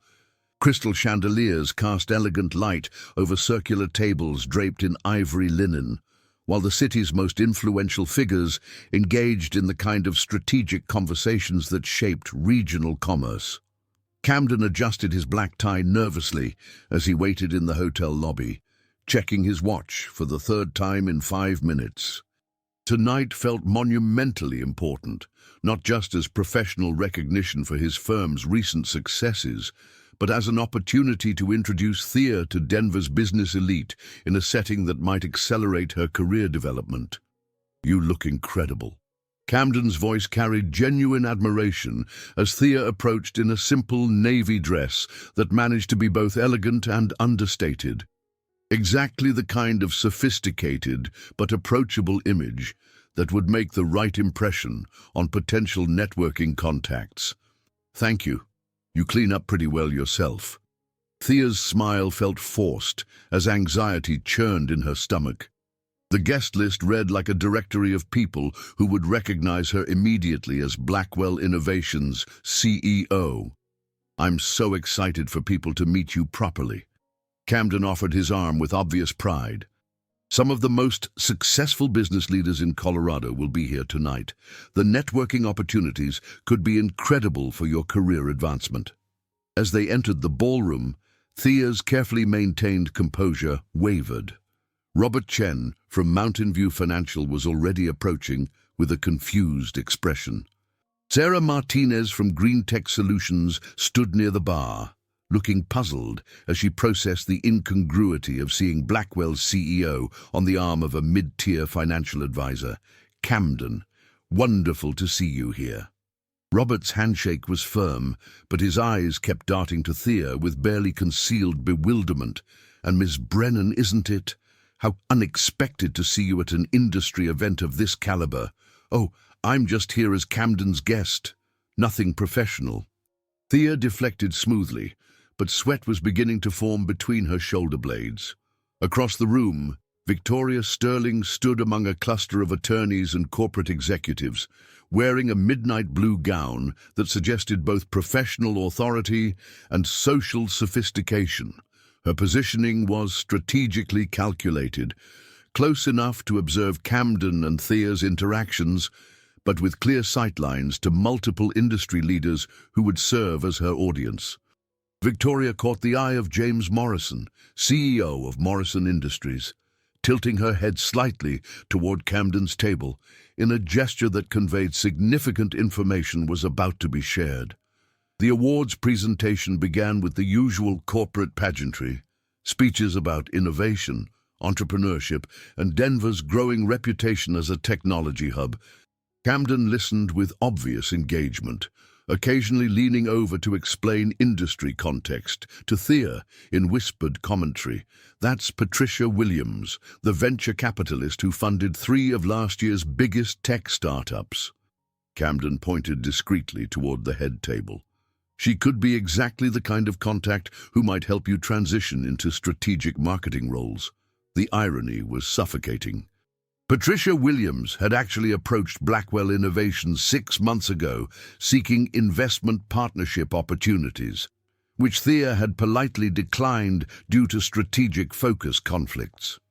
When Camden's firm was recognized for excellence in sustainable investment advisory, he squeezed Thea's hand with obvious emotion. "None of this would have happened without your insights and support." His gratitude was completely genuine. "You changed everything about how I approach client relationships and strategic thinking." As applause filled the ballroom, Thea felt the weight of her deception more acutely than ever. He was crediting her with inspiring professional growth while remaining completely unaware that he'd been unconsciously patronizing one of the most successful entrepreneurs in the room. During the networking break between dinner courses, Camden guided her through introductions with obvious pride and protective instincts. "Everyone, I'd like you to meet Thea Brennan, my girlfriend and the brilliant mind behind several of my recent strategic breakthroughs." Each introduction felt like walking through a minefield. Industry leaders who recognized her maintained polite facades, while clearly struggling to reconcile her presence as Camden's modest girlfriend with her actual identity as their peer or superior. Elena Vasquez, her best friend and architectural firm partner, appeared at her elbow during a brief moment when Camden stepped away to greet colleagues. "This is absolute insanity." Elena's voice was barely audible. "If the room knows exactly who you are, and everyone's playing along with this charade because they're too confused to know how to react. I know. It's gotten completely out of control. Victoria Sterling has been watching you like a hawk all evening." Elena nodded almost imperceptibly toward the attorney's table. "Whatever she's planning, it's happening tonight." Before Thea could respond, Camden returned with David Torres and 2 other senior executives from Denver's financial services sector. "Thea, I want you to meet Michael Davidson from Colorado Capital Management." "Michael, this is the woman I've been telling you about, the one with such innovative perspectives on consumer psychology." Michael's expression was carefully neutral as he shook her hand, but Thea caught the flash of recognition in his eyes. She'd rejected his acquisition offer for one of her subsidiary companies just 8 months ago. The conversation continued with increasingly surreal politeness as industry leaders performed elaborate social theater, pretending not to recognize someone whose business decisions directly affected their professional lives. As the evening progressed toward the final awards presentations, Victoria Sterling rose from her table and moved with purposeful grace toward the microphone at the front of the ballroom. The Master of Ceremonies had just announced a brief intermission for final networking. "Excuse me, everyone." Victoria's voice carried the authoritative projection of someone accustomed to commanding legal proceedings. "Before we continue with tonight's celebration, I believe there's something the Denver business community should know about one of our honored guests." The ballroom's conversation gradually diminished as attention focused on Victoria's unexpected announcement. Camden looked confused, but not yet alarmed, while Thea felt ice forming in her veins. Many of you may have been introduced tonight to Thea Brennan, described as a marketing coordinator and supportive girlfriend. Victoria's smile held no warmth as she continued. "However, I think you'll find it fascinating to learn her true identity." Camden's hand found Thea's under the table, offering protective support without understanding the magnitude of what was about to unfold. "Ladies and gentlemen, please join me in recognizing Thea Blackwell, CEO and founder of Blackwell Innovations, whose company is valued at approximately $5 billion and whose technological innovations have revolutionized sustainable energy consulting throughout North America." The ballroom erupted in a cacophony of shocked murmurs, confused questions, and the scraping of chairs as people turned to stare at their table. Camera phones appeared as guests documented what was clearly becoming a social media moment of unprecedented awkwardness. Camden's face went through a sequence of expressions: confusion, disbelief, dawning realization, and finally devastation as the full scope of her deception became clear. "Is this true?" His voice barely qualified as a whisper. Thea found herself unable to speak as months of careful lies crumbled in real time before hundreds of witnesses. You're actually a billionaire CEO." Camden's voice gained volume as shock transformed into humiliation. "This entire time, you've been pretending to need my help with basic business concepts while running a multi-billion-dollar empire. I can explain..." "Explain what exactly?" Camden stood abruptly, his chair scraping against marble flooring. "Explain how you've been lying about literally everything. About who you are, what you do, what you need from me." The entire ballroom had fallen silent, creating an amphitheater for their relationship's public destruction. Phones continued recording as Denver's business elite witnessed the most spectacular dating deception in recent memory. "Camden, please, can we discuss this privately?" "Privately." Camden's voice carried a bitter edge she'd never heard before. "Like how we discussed your education privately when you lied about going to CU instead of Harvard. Or how we discussed your career privately when you pretended to need my help with marketing while running companies I could never dream of working for." The accuracy of his observations made them more devastating. He'd been unconsciously patronizing her, but she'd been consciously deceiving him about the fundamental nature of who she was. "Every conversation we've had has been a performance."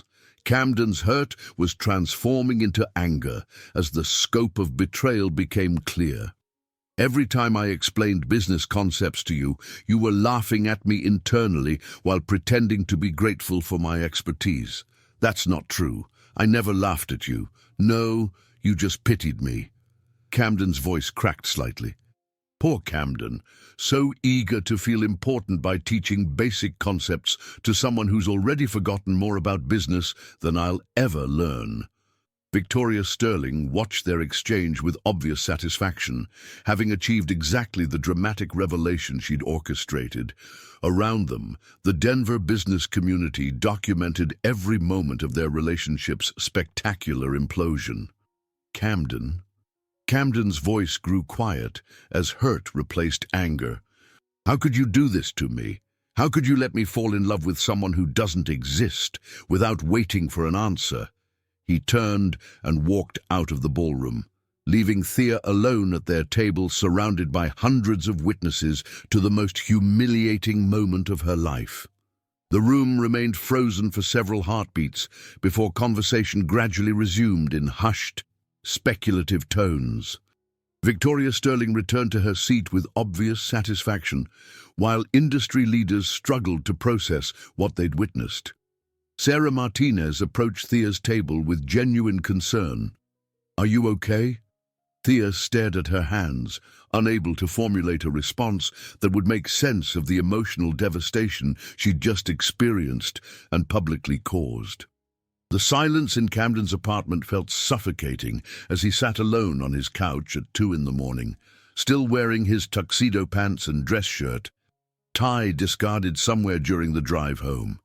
His phone buzzed incessantly with calls and messages from friends, colleagues, and probably reporters who'd witnessed the evening's spectacle. David Torres sat in the adjacent armchair, having insisted on staying despite Camden's repeated attempts to convince him that solitude would be preferable to company. "Talk to me, man. What's going through your head right now?" Camden stared at the wall where Thea's cardigan still hung on the coat hook, a casual reminder of shared domesticity that now felt like evidence of elaborate deception. "I keep trying to figure out which parts were real." His voice sounded hollow even to himself, like, was any of it actually real, or was the entire relationship just some kind of psychological experiment? David leaned forward with the careful attention of someone navigating emotional crisis. "What do you mean specifically? Every conversation we had about business, every time she asked questions or offered suggestions?" Camden ran his hands through his hair, disheveling what remained of his formal appearance. "I thought I was helping her understand concepts and develop strategic thinking, but she was just managing me, like I was some kind of project." The realization carried a humiliation that felt physical in its intensity. "Maybe that's not entirely fair." "Not fair?" Camden's voice gained energy as anger returned. "David, she let me explain market analysis to the woman who pioneered demographic targeting for renewable energy. She nodded appreciatively while I taught her basic concepts about industries she's revolutionized." David was quiet for several moments, clearly struggling with how to provide meaningful support in such extraordinary circumstances. "What hurts most isn't even the lying," Camden continued, his voice growing stronger as he processed the evening's revelations. "It's realizing that I was attracted to feeling intellectually superior. Like, I loved being the expert, the teacher, the one with knowledge she needed. That's a pretty intense realization. What does that say about me as a person?" Camden stood and began pacing the small living room. "I fell in love with someone I thought needed my guidance and protection. When it turns out she's more successful than I could ever dream of being, I feel threatened, emasculated."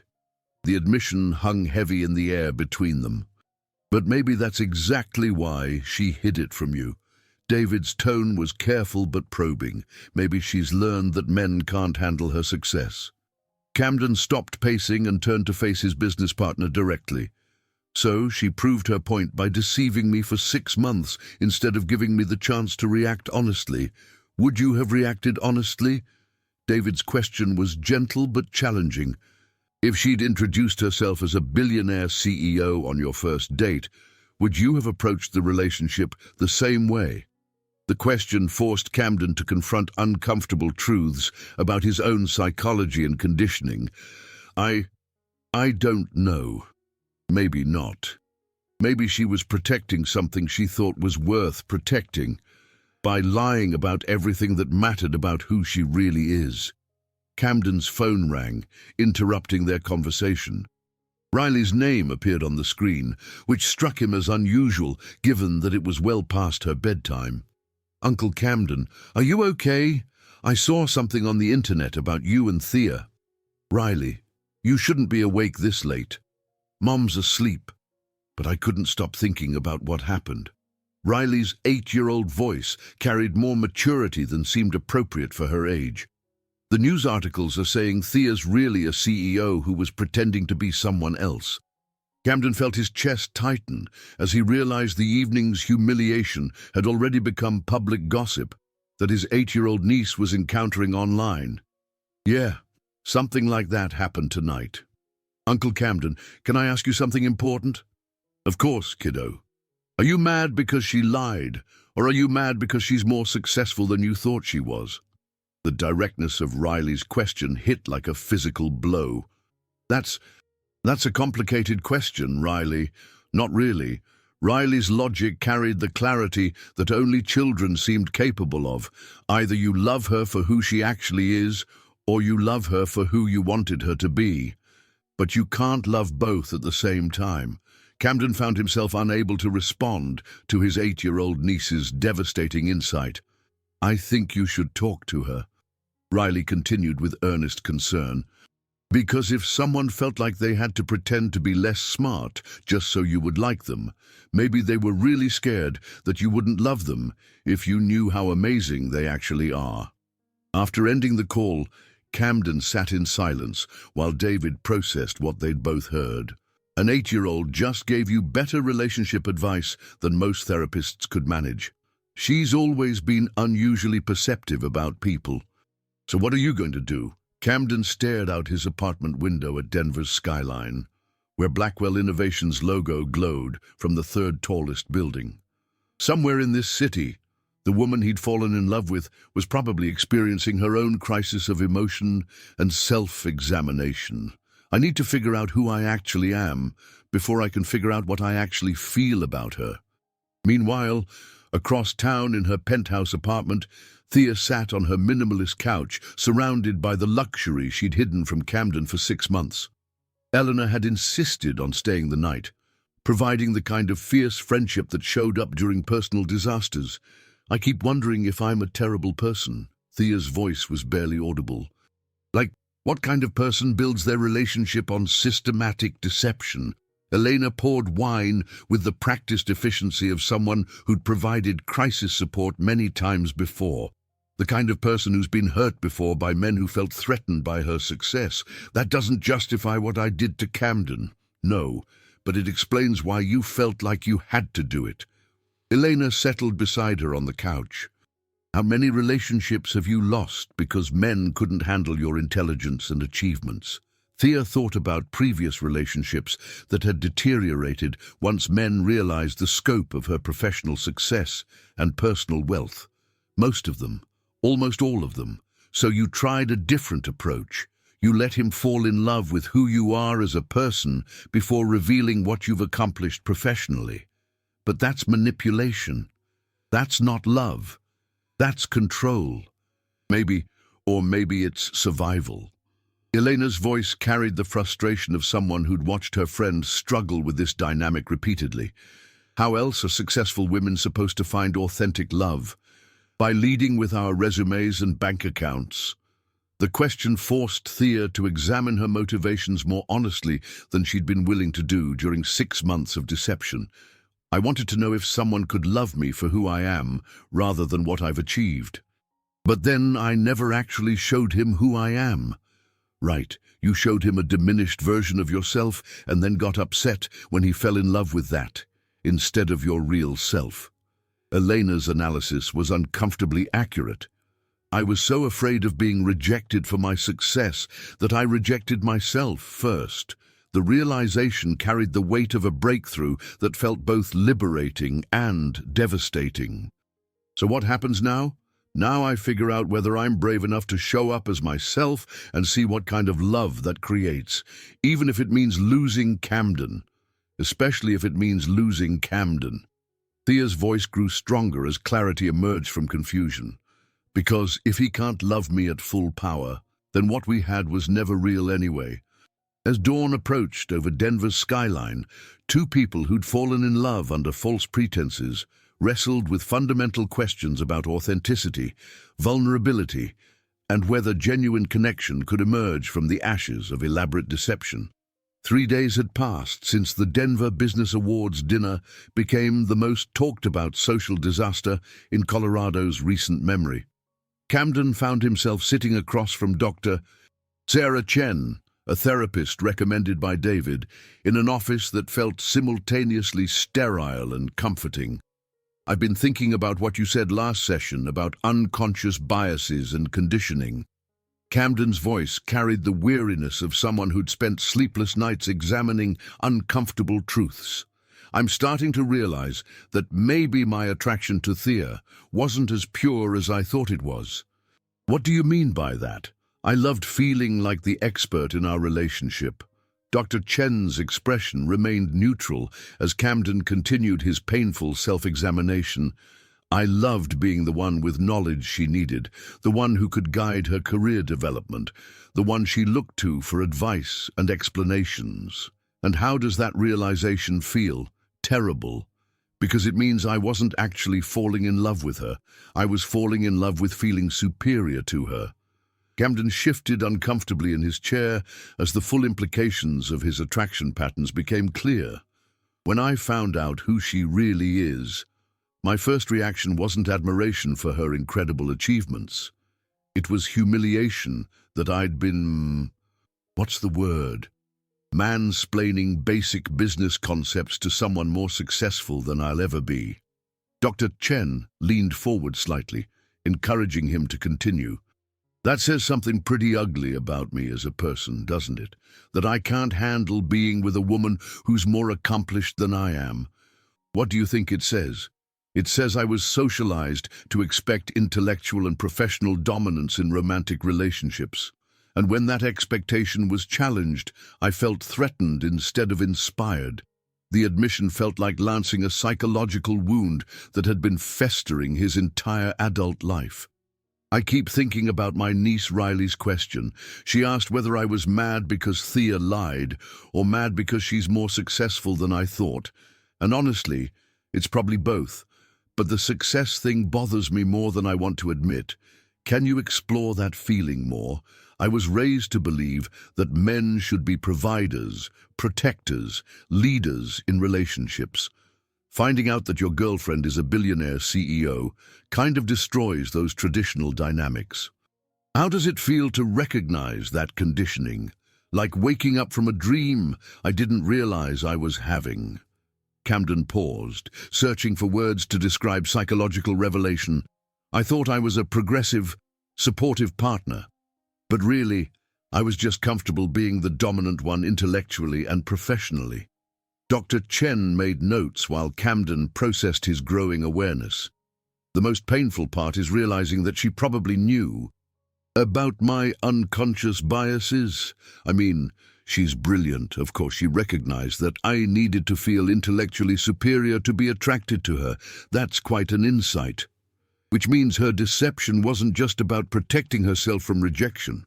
It was about giving me what I apparently needed psychologically, the illusion of being the smarter, more successful partner. How do you feel about that possibility? Grateful and horrified in equal measure. Meanwhile, across town at Elena's architectural firm, Thea sat in a conference room that had been repurposed for personal crisis management rather than client presentations. I've been thinking about patterns in my relationships, Elena. All of them, not just Camden.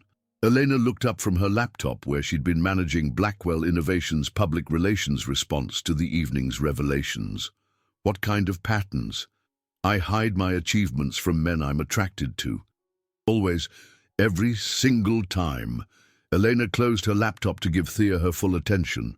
Because you've learned that most men can't handle successful women. Right, but that's not the only reason. Thea's voice grew stronger as uncomfortable self-awareness emerged.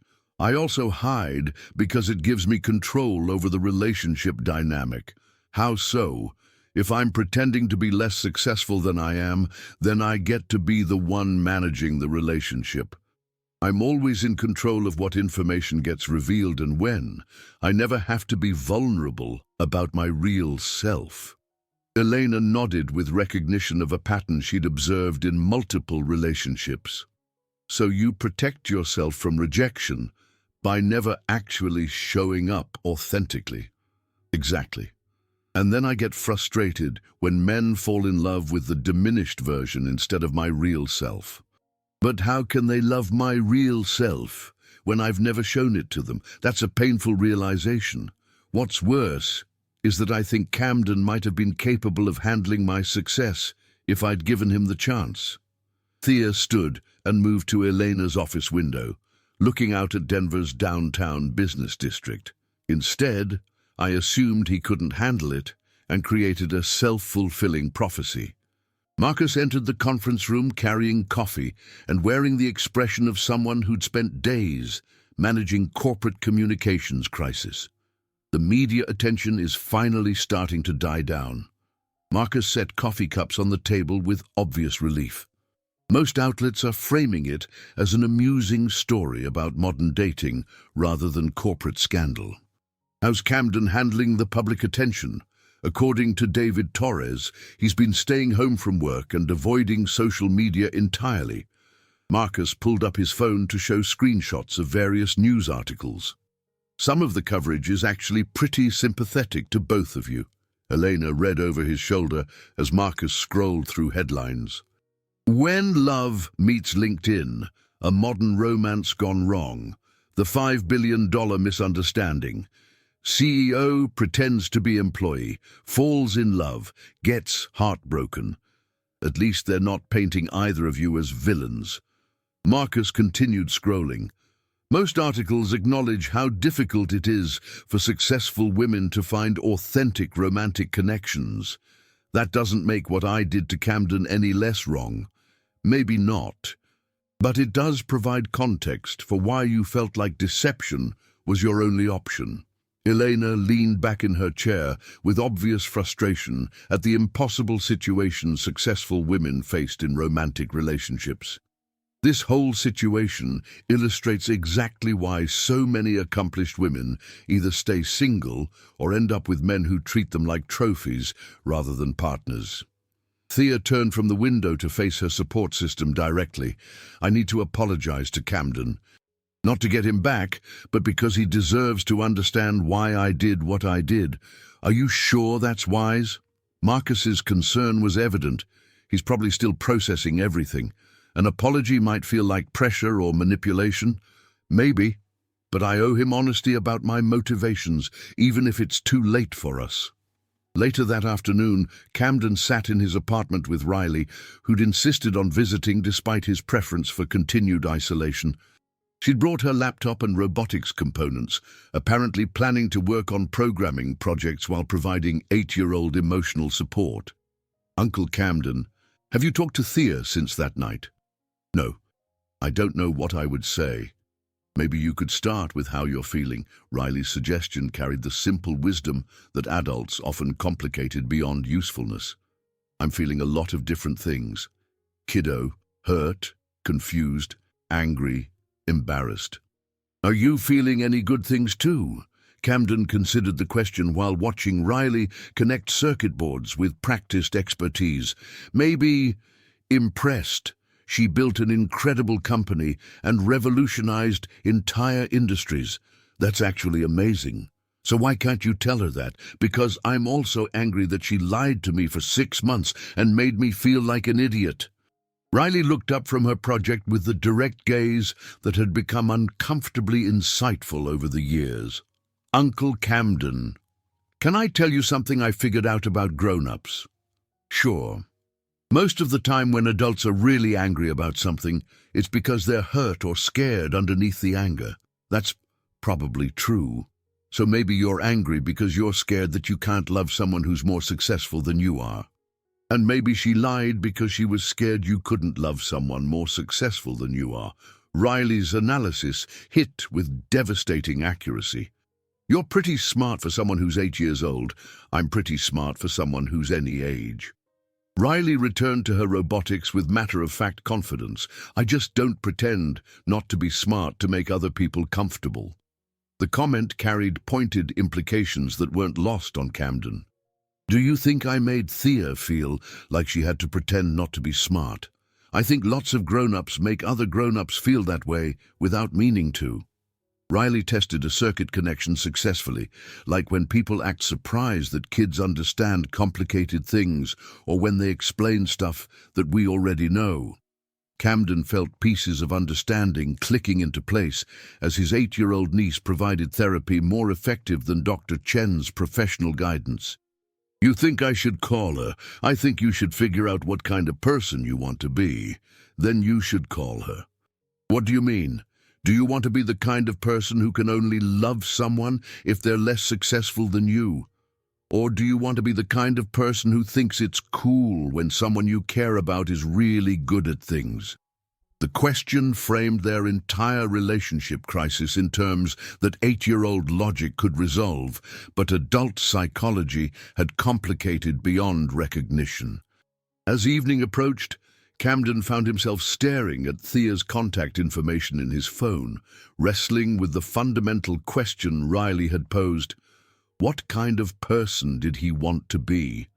The answer, he was beginning to realize, would determine not just whether their relationship could be salvaged, but whether he could respect himself moving forward.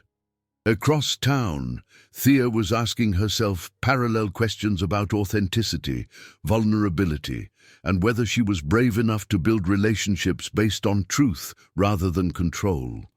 Both of them were discovering that love built on pretense, whether hiding success or expecting intellectual dominance, had been doomed from the beginning. The only question remaining was whether they could construct something genuine from the ruins of their elaborate deception.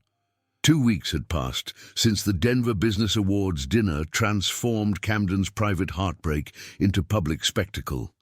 The October morning carried autumn's crisp promise as he stood outside Blackwell Innovations headquarters, gathering courage for a conversation that would either repair their relationship or provide the closure both of them desperately needed.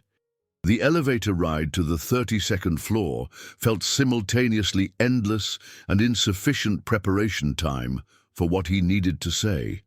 When the doors opened to reveal Blackwell's impressive executive lobby, Camden experienced a jarring recognition of how completely he'd misunderstood the woman he'd fallen in love with. Mr. Walsh, to see Miss Blackwell. The receptionist's professional courtesy couldn't quite mask her obvious curiosity about the man whose romantic disaster had become Denver's most discussed social media moment. She's expecting you. Conference room 12. Camden walked through hallways lined with awards, patents, and photographs, documenting Thea's professional achievements, evidence of brilliance he'd been blind to while unconsciously patronizing its architect. Each display felt like an indictment of his ignorance and assumptions. Thea stood with her back to the door when he entered, silhouetted against floor-to-ceiling windows that framed Denver's skyline. Her posture carried the confident authority he'd witnessed during their first coffee shop encounter, before she'd transformed herself into someone smaller for his psychological comfort. "Thank you for agreeing to see me." Camden's voice felt uncertain in the expansive conference room designed for high-stakes negotiations. When she turned eye, her expression was carefully neutral, the face of a CEO managing a difficult conversation rather than a woman processing heartbreak. "You said you had something important to discuss. I need to apologize, and I need to be completely honest about what I've learned about myself over the past 2 weeks. Thea gestured toward the conference table, and they sat across from each other like business adversaries rather than former lovers. The formality felt necessary given the magnitude of trust they needed to rebuild. "I've been seeing a therapist." Camden began with the most difficult admission first, trying to understand why I reacted so poorly to discovering who you really are. "What did you learn?"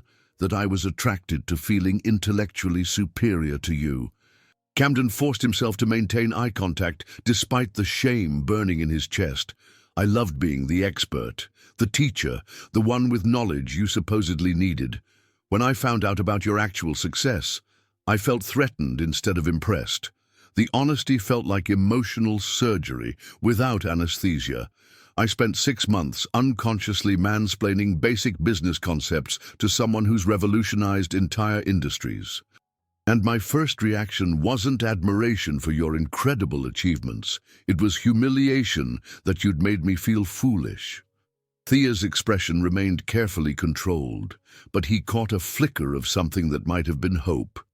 What I'm trying to say is that you were right to hide your success from me because I couldn't have handled it 6 months ago. Camden leaned forward, his voice gaining strength as painful self-awareness transformed into determination. But I want to be different now. I want to be the kind of man who's inspired by your brilliance instead of threatened by it. Someone who celebrates your success instead of needing to compete with it. The silence stretched between them as Thea processed his words with the analytical precision that had built her empire. What exactly are you asking from me, Camden? I'm asking if you'd be willing to start over, completely over, with complete honesty this time. Camden reached into his jacket pocket and retrieved a small wrapped box, placing it carefully on the polished conference table between them. This isn't an engagement ring. It's something else entirely. Inside was a simple silver bracelet engraved with text that made Thea's breath catch. Never hide your brilliance to protect someone's ego. I had this made after talking with Dr. Chen about what I'd really learned from losing you. Camden's voice carried vulnerability she'd rarely heard. It's a promise, to myself and to you, that I will never again need you to be smaller so I can feel bigger. Thea lifted the bracelet, reading the inscription with growing emotion. I don't want you to be my student or my project or someone I can guide and protect. Camden continued, his words gathering power as conviction replaced uncertainty. I want you to be my partner, my equal, someone who challenges me and inspires me and makes me better by being completely, authentically yourself. The transformation in his voice was unmistakable. Gone was the unconscious condescension, replaced by genuine respect and admiration. I want to know about your Harvard MBA and your Wharton PhD. I want to understand the innovations you've pioneered and the industries you've revolutionized. I want to be the kind of partner who's proud to stand beside you at business conferences instead of someone who needs you to pretend to be less successful. Thea's carefully maintained composure began to crack as the sincerity in his voice penetrated her professional defenses. I've spent 2 weeks examining every conversation we had, every time I explained something you already knew better than I did. Camden shook his head with obvious regret. The carbon credit valuation system I tried to teach you about, you invented it. The demographic targeting strategies I lectured you on, your consulting team developed them. The sustainable investment approaches I thought were so innovative, you've been implementing them for years. You did your research, I did my education. There's a difference. Camden's smile carried self-deprecating awareness. I had to learn who you actually are instead of who I needed you to be. The distinction landed with emotional weight that neither of them had anticipated. Thea, I fell in love with your mind pretending to be smaller. But what I want now is to fall in love with your mind at full power.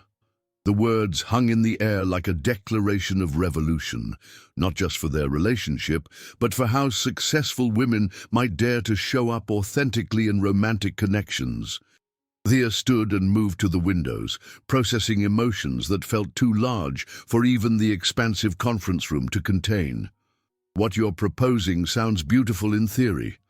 Her voice carried the wariness of someone who'd been disappointed by men's promises before, but I need to know you understand what you're actually asking for. Tell me what I'm asking for. You're asking to date someone whose net worth exceeds most countries' GDP. Someone who employs thousands of people and makes decisions that affect entire industries. Someone whose business achievements will always overshadow whatever professional success you manage to build. Thea turned back to face him directly, her CEO authority fully present for the first time in their relationship. You're asking to be with someone who's been featured on magazine covers, invited to speak at global conferences, and recognized as one of the most influential entrepreneurs in America. Can your ego actually handle that reality? Camden stood as well, meeting her challenge with steady resolve. I'm asking to be with the woman who solved my Henderson Group crisis with a single strategic insight, who saw solutions I'd missed completely and reframed problems in ways that saved my client relationship and probably my career. He moved closer, his voice growing stronger with each word. I'm asking to be with someone brilliant enough to build a $5 billion empire and generous enough to help her boyfriend succeed, even while he was unconsciously patronizing her. Someone who's accomplished more by age 31 than most people achieve in entire lifetimes. The admiration in his voice was unmistakably genuine. Yes, my ego is intimidated by your success, but my heart is inspired by your brilliance and my soul is attracted to your strength. I'd rather be the less successful partner in an authentic relationship than the dominant partner in a relationship built on lies. Thea felt tears she hadn't allowed herself to shed since the awards dinner, beginning to blur her vision. What about when people introduce us? When they say, "This is Camden Walsh, financial advisor, and his girlfriend, Thea Blackwell, billionaire CEO. Then I'll be proud to be known as the man lucky enough to be loved by someone extraordinary."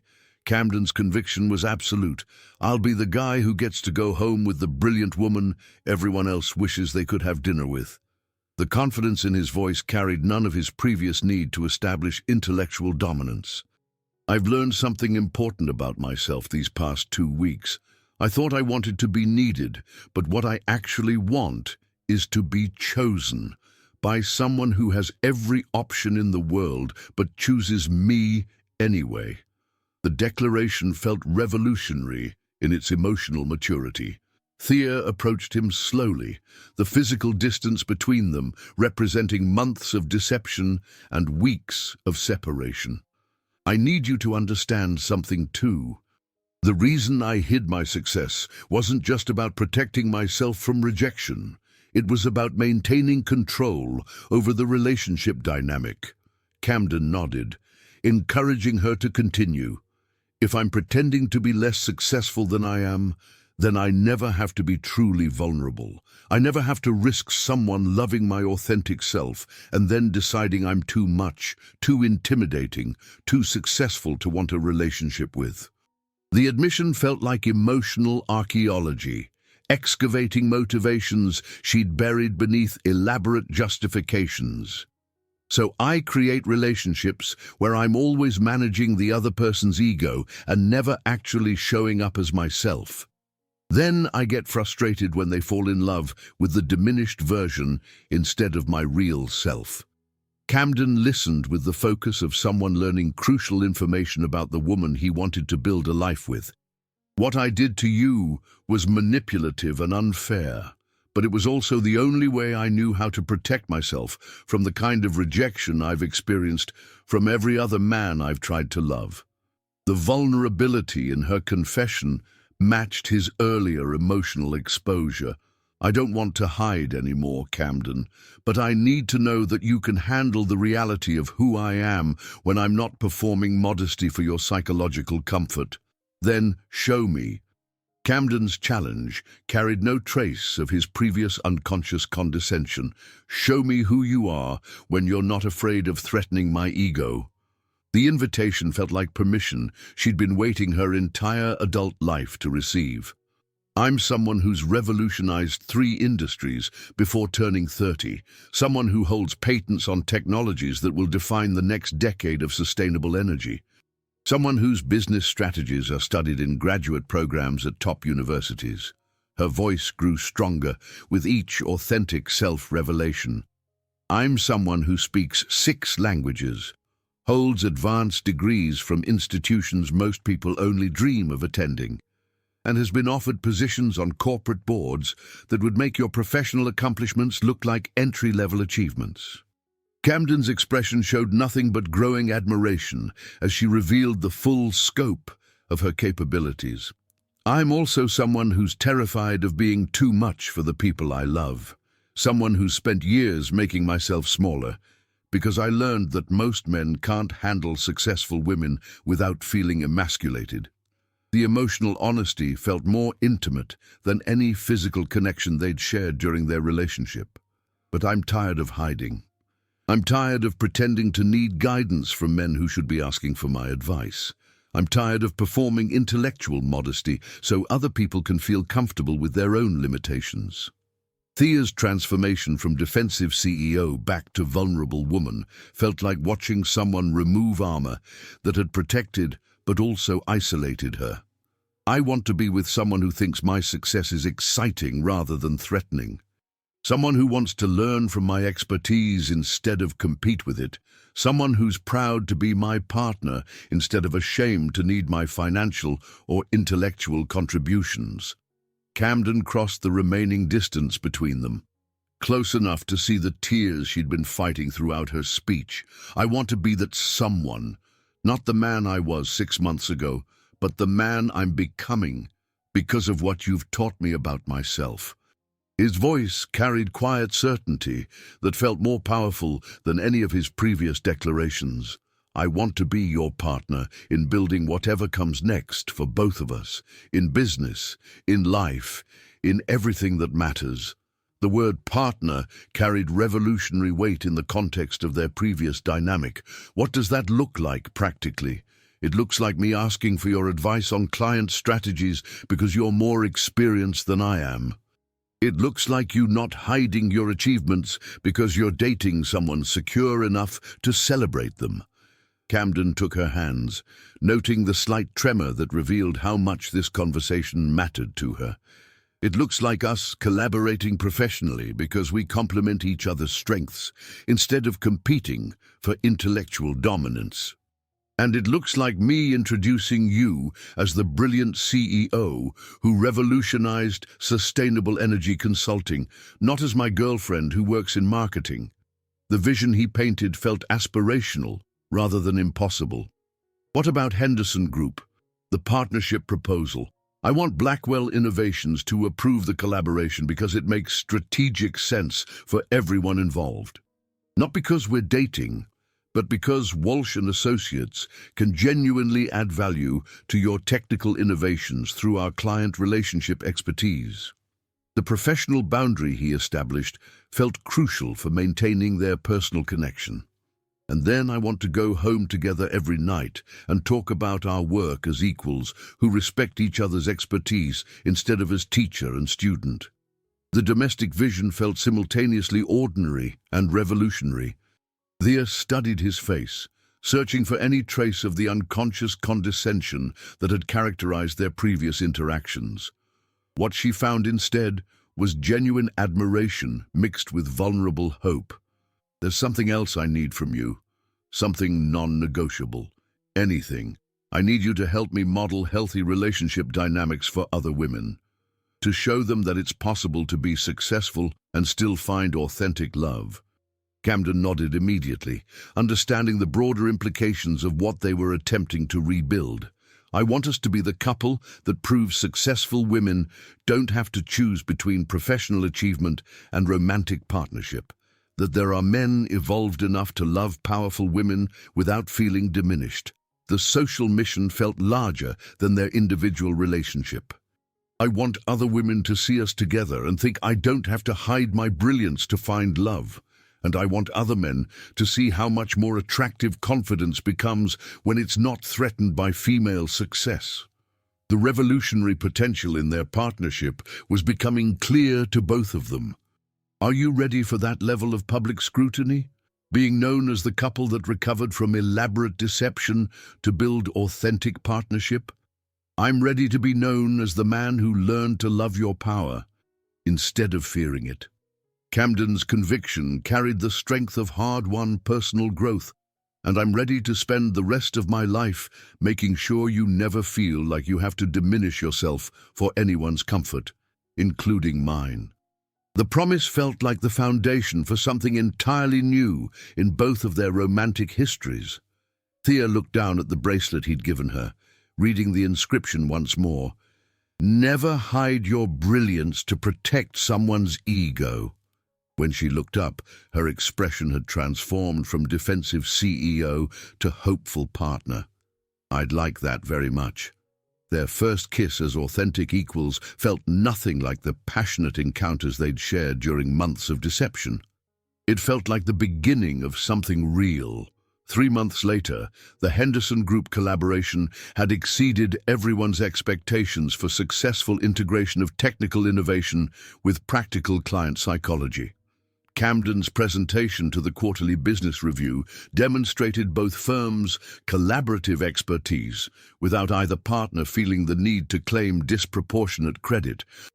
The conference room at Henderson Group's headquarters buzzed with obvious satisfaction as executives reviewed implementation results that had exceeded projected outcomes by 37%. The integration of Blackwell's sustainability framework with Walsh Associates' change management expertise has delivered exactly the results we hoped for. Henderson's CFO reviewed quarterly performance metrics with obvious approval. Our investment portfolio shows improved returns with decreased volatility, and our internal teams report high confidence in the new strategic direction. Camden and Thea exchanged glances across the table, both recognizing how far they'd traveled from their previous dynamic of unconscious condescension and secret expertise. The success of this collaboration suggests we should explore expanding the partnership model to other areas of our investment strategy. Henderson's CEO looked between both firms' representatives. Are you prepared to handle additional client integration projects? Blackwell Innovations has the technical capacity to support expansion. Thea's voice carried the authority Camden had learned to admire rather than find threatening. But implementation success will depend on Walsh Associates' continued excellence in client relationship management. Walsh Associates is prepared to scale our change management methodologies to meet increased demand. Camden's response demonstrated confidence without the need to claim intellectual superiority. But our effectiveness relies on Blackwell's continued innovation in sustainability science. The mutual respect in their professional interaction was unmistakable to everyone in the room. After the meeting concluded successfully, they walked toward the parking garage together, discussing logistics and timeline considerations with the easy collaboration that had replaced their previous teacher-student dynamic. Riley's soccer game starts in 20 minutes. Camden checked his watch as they approached their cars. Want to come watch the future engineer destroy her competition? I'd love to. Thea smiled at his invitation, remembering how artificial their previous family interactions had felt when she was performing intellectual modesty. Does she know about our situation? She knows everything, and she's been insufferably smug about being right regarding adult relationship psychology. They arrived at the youth soccer complex to find Riley already warming up with her team, her confidence on the field matching her analytical skills with robotics components. Uncle Camden, Thea, Riley waved enthusiastically before returning to practice drills with obvious focus. She's gotten even better since I saw her last. Thea settled onto the bleachers beside Camden, noting how natural it felt to attend family events without maintaining false persona. Soccer's just another system to analyze and optimize. Camden watched his niece demonstrate sophisticated tactical understanding during scrimmage play. She approaches it like engineering. Identify the variables, understand the relationships, execute the most efficient solutions. As the game began, Riley's team quickly established dominance through strategic positioning and coordinated passing that reflected genuine understanding of team dynamics rather than individual heroics. She's reading the field like she reads circuit diagrams. Thea observed Riley's ability to anticipate opponent movements and adjust her team's strategy accordingly. Pattern recognition applied to athletic competition.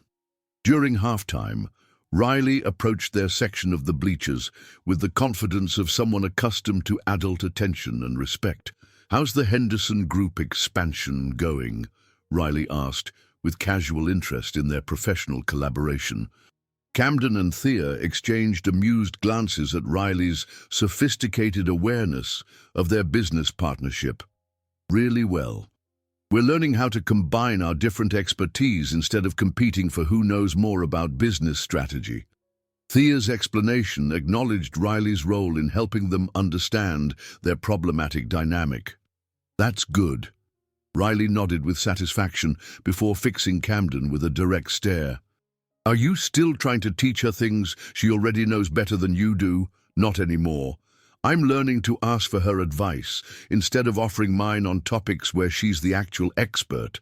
And I'm learning to share my knowledge instead of hiding it to make other people feel comfortable. Thea added, recognizing Riley's investment in their relationship's authenticity. Good. Adults make everything so much more complicated than it needs to be. Riley returned to her team for second-half preparation, leaving them both laughing at her characteristic directness. The second half demonstrated Riley's team's superior strategy as they systematically outmaneuvered their opponents through coordinated plays that reflected genuine understanding of tactical advantages rather than individual skill alone. She's going to revolutionize whatever field she chooses to enter. Thea watched Riley coordinate her team's final scoring drive with obvious admiration. The combination of analytical thinking and leadership ability is remarkable for someone her age. She reminds me of someone else I know. Camden's comment carried affection and respect that would have been impossible during their previous relationship dynamic. After Riley's team secured victory through strategic excellence rather than individual heroics, she approached them with grass stains and obvious satisfaction with her performance. We won because everyone played their position properly instead of trying to do everything themselves. Riley's analysis of her team's success carried implications for adult partnerships that weren't lost on either of them. Teamwork usually works better than individual competition. Thea agreed, recognizing the wisdom in Riley's observation. Are you guys going to get married and have kids who are good at both business and robotics?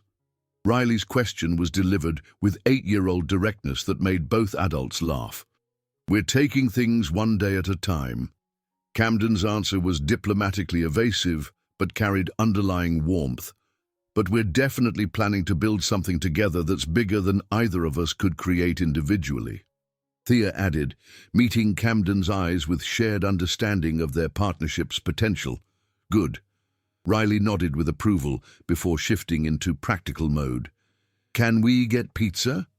Winning makes me hungry, and I want to tell you about my new artificial intelligence project.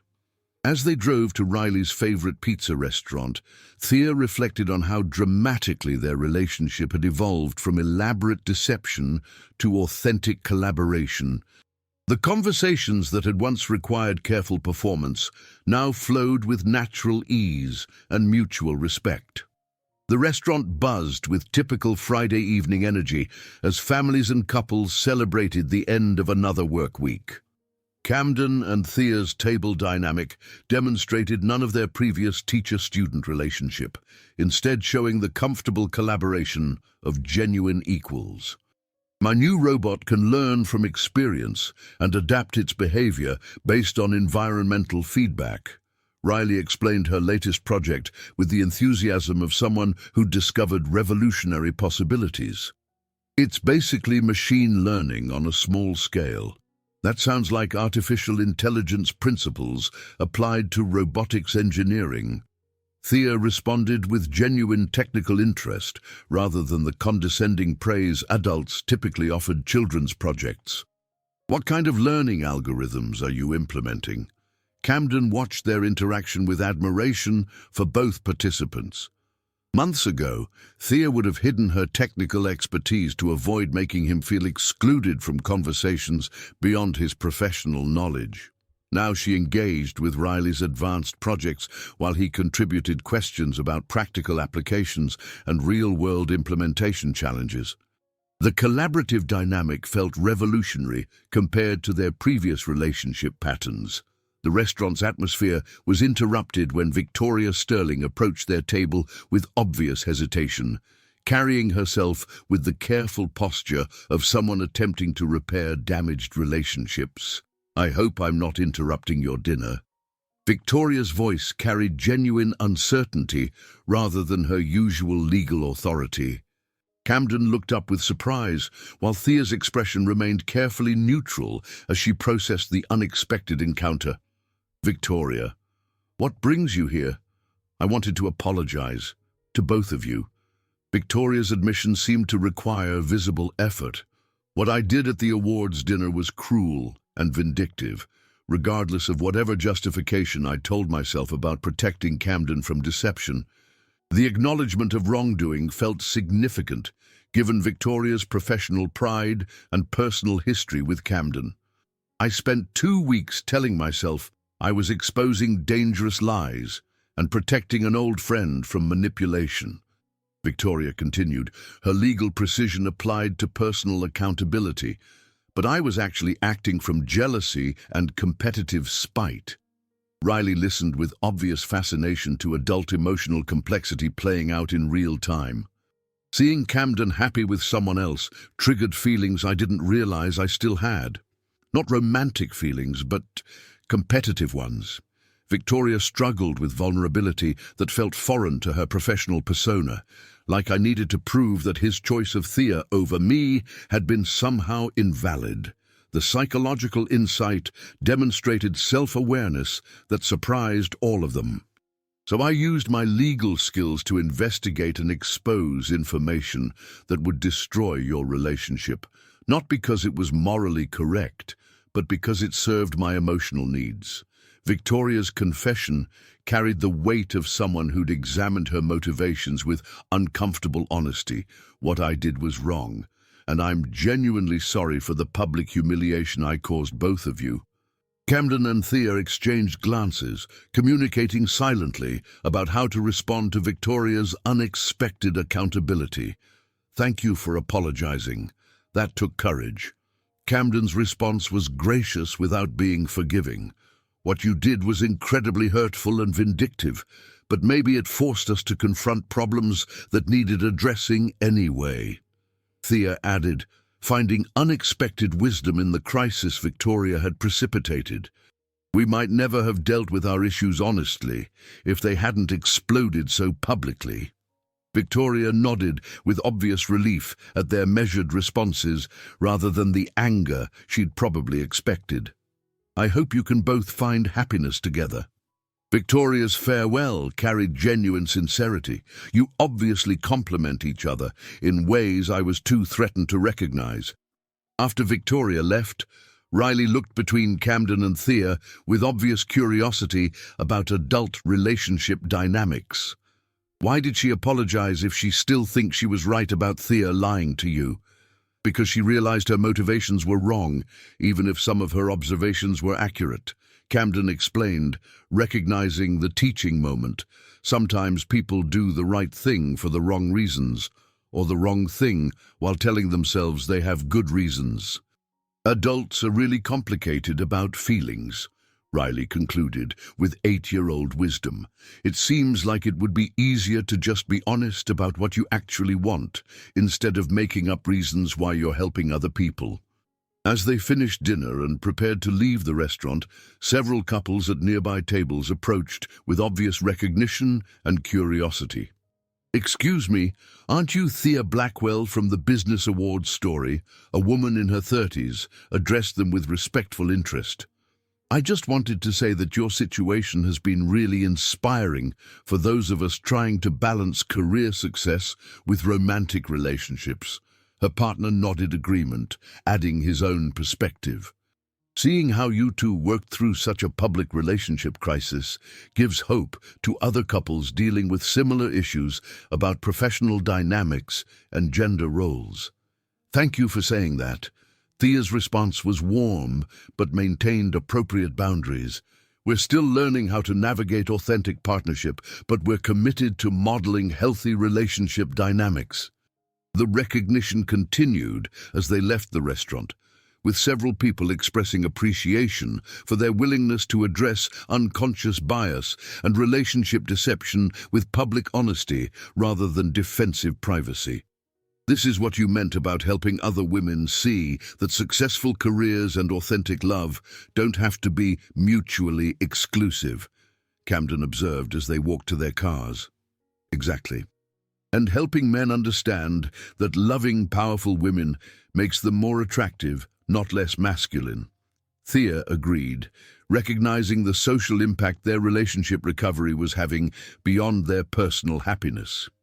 6 months after their public relationship implosion, Camden and Thea had established themselves as Denver's most talked-about example of successful relationship recovery.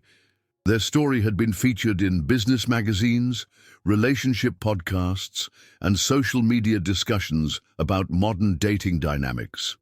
The conference room at Blackwell Innovations hosted their monthly Henderson Group review meeting, where both firms' collaboration continued exceeding performance expectations and industry benchmarks. Our client satisfaction scores have reached unprecedented levels, and retention rates have improved by 43% since implementing the integrated consultation model. Marcus reviewed quarterly metrics with obvious satisfaction. The combination of technical innovation and relationship management has created competitive advantages that other firms are trying to replicate. Henderson Group has referred us to 6 additional clients, and 3 of those have already signed contracts for similar collaboration arrangements. David Torres added from Walsh Associates' perspective, the business model you two developed is becoming the gold standard for sustainability consulting integration. Camden and Thea exchanged glances of shared pride in their professional achievement, but also recognition that their business success had grown from their personal growth. The success has been gratifying, but the most important outcome has been learning how to combine our expertise as equals rather than competing for intellectual dominance. Thea's observation addressed both their business model and relationship evolution. Working with someone who challenges and inspires me professionally has made me better at both business strategy and personal partnership.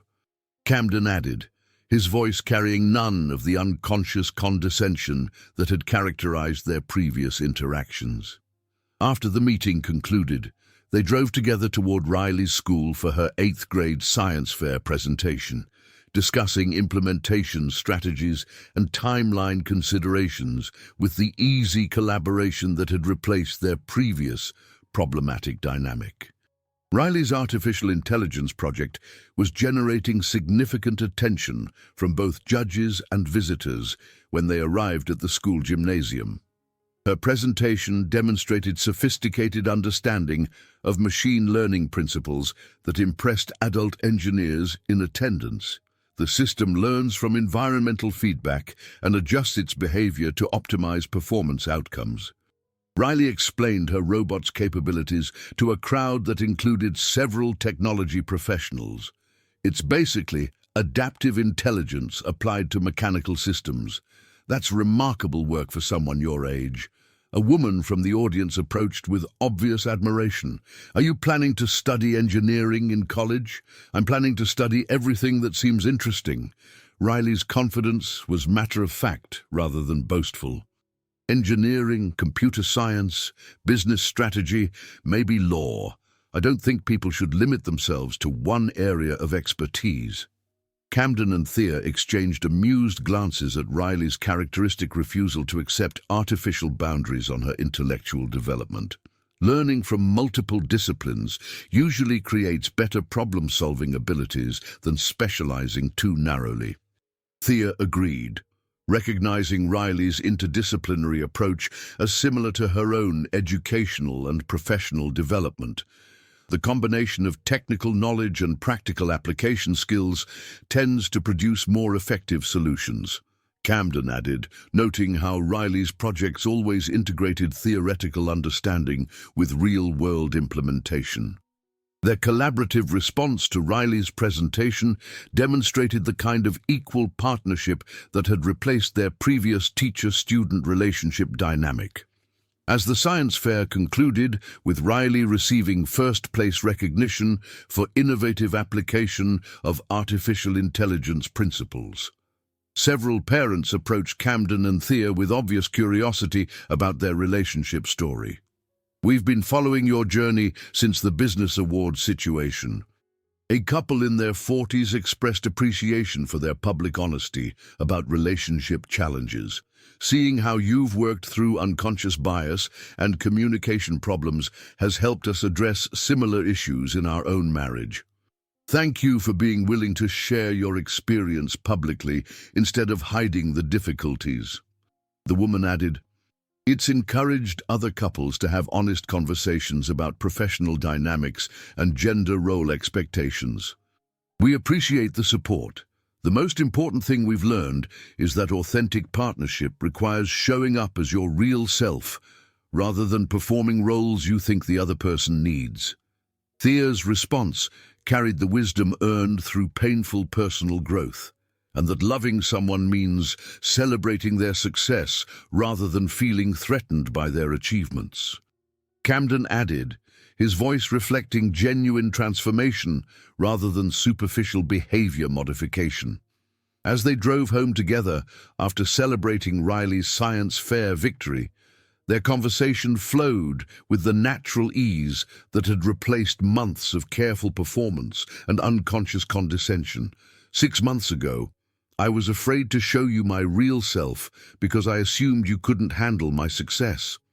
Thea reflected on their relationship evolution while navigating Denver traffic toward Camden's apartment. "Now I can't imagine hiding my achievements from someone I love. 6 months ago, I needed you to be less successful than me for my ego to feel secure." Camden acknowledged, with the self-awareness that continued, surprising both of them. "Now your brilliance is one of the things I find most attractive about you." The transformation in both of their perspectives felt revolutionary rather than incremental. "I love that we can collaborate professionally without either of us feeling like we have to prove intellectual dominance," Thea continued, recognizing how rare their dynamic had become in her romantic history. "I love that you don't hide your expertise to protect my feelings anymore." Camden responded, appreciating the authentic partnership they'd built from the ruins of elaborate deception. Their relationship had become the kind of authentic collaboration both of them had been seeking throughout their adult lives without knowing exactly what they were looking for. As they settled into Camden's apartment for a quiet evening of shared domesticity, both of them recognized how dramatically their dynamic had evolved from unconscious condescension and secret expertise to genuine mutual respect and collaborative partnership. The love they were building together felt nothing like the relationship they'd shared during months of deception. It felt like the foundation for something revolutionary, not just for them individually, but for modeling healthy partnership dynamics that other couples might aspire to create. Outside Camden's windows, Denver's skyline glowed with the lights of businesses and dreams, including Blackwell Innovation's headquarters, where Thea had built an empire without having to diminish herself for anyone's psychological comfort.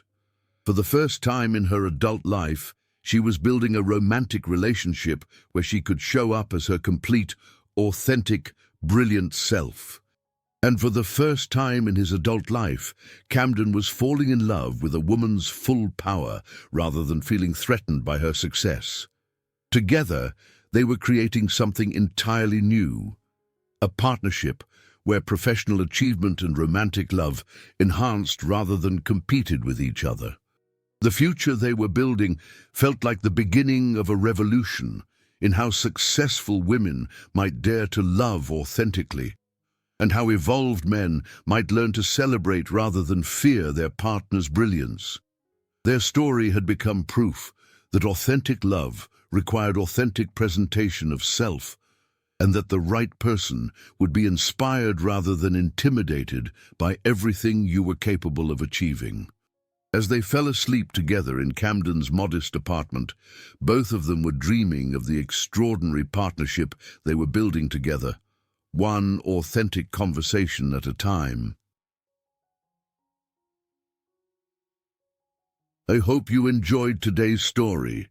Subscribe to the channel so you don't miss more stories like this. Leave a like and comment below what you thought of the story. See you in the next video.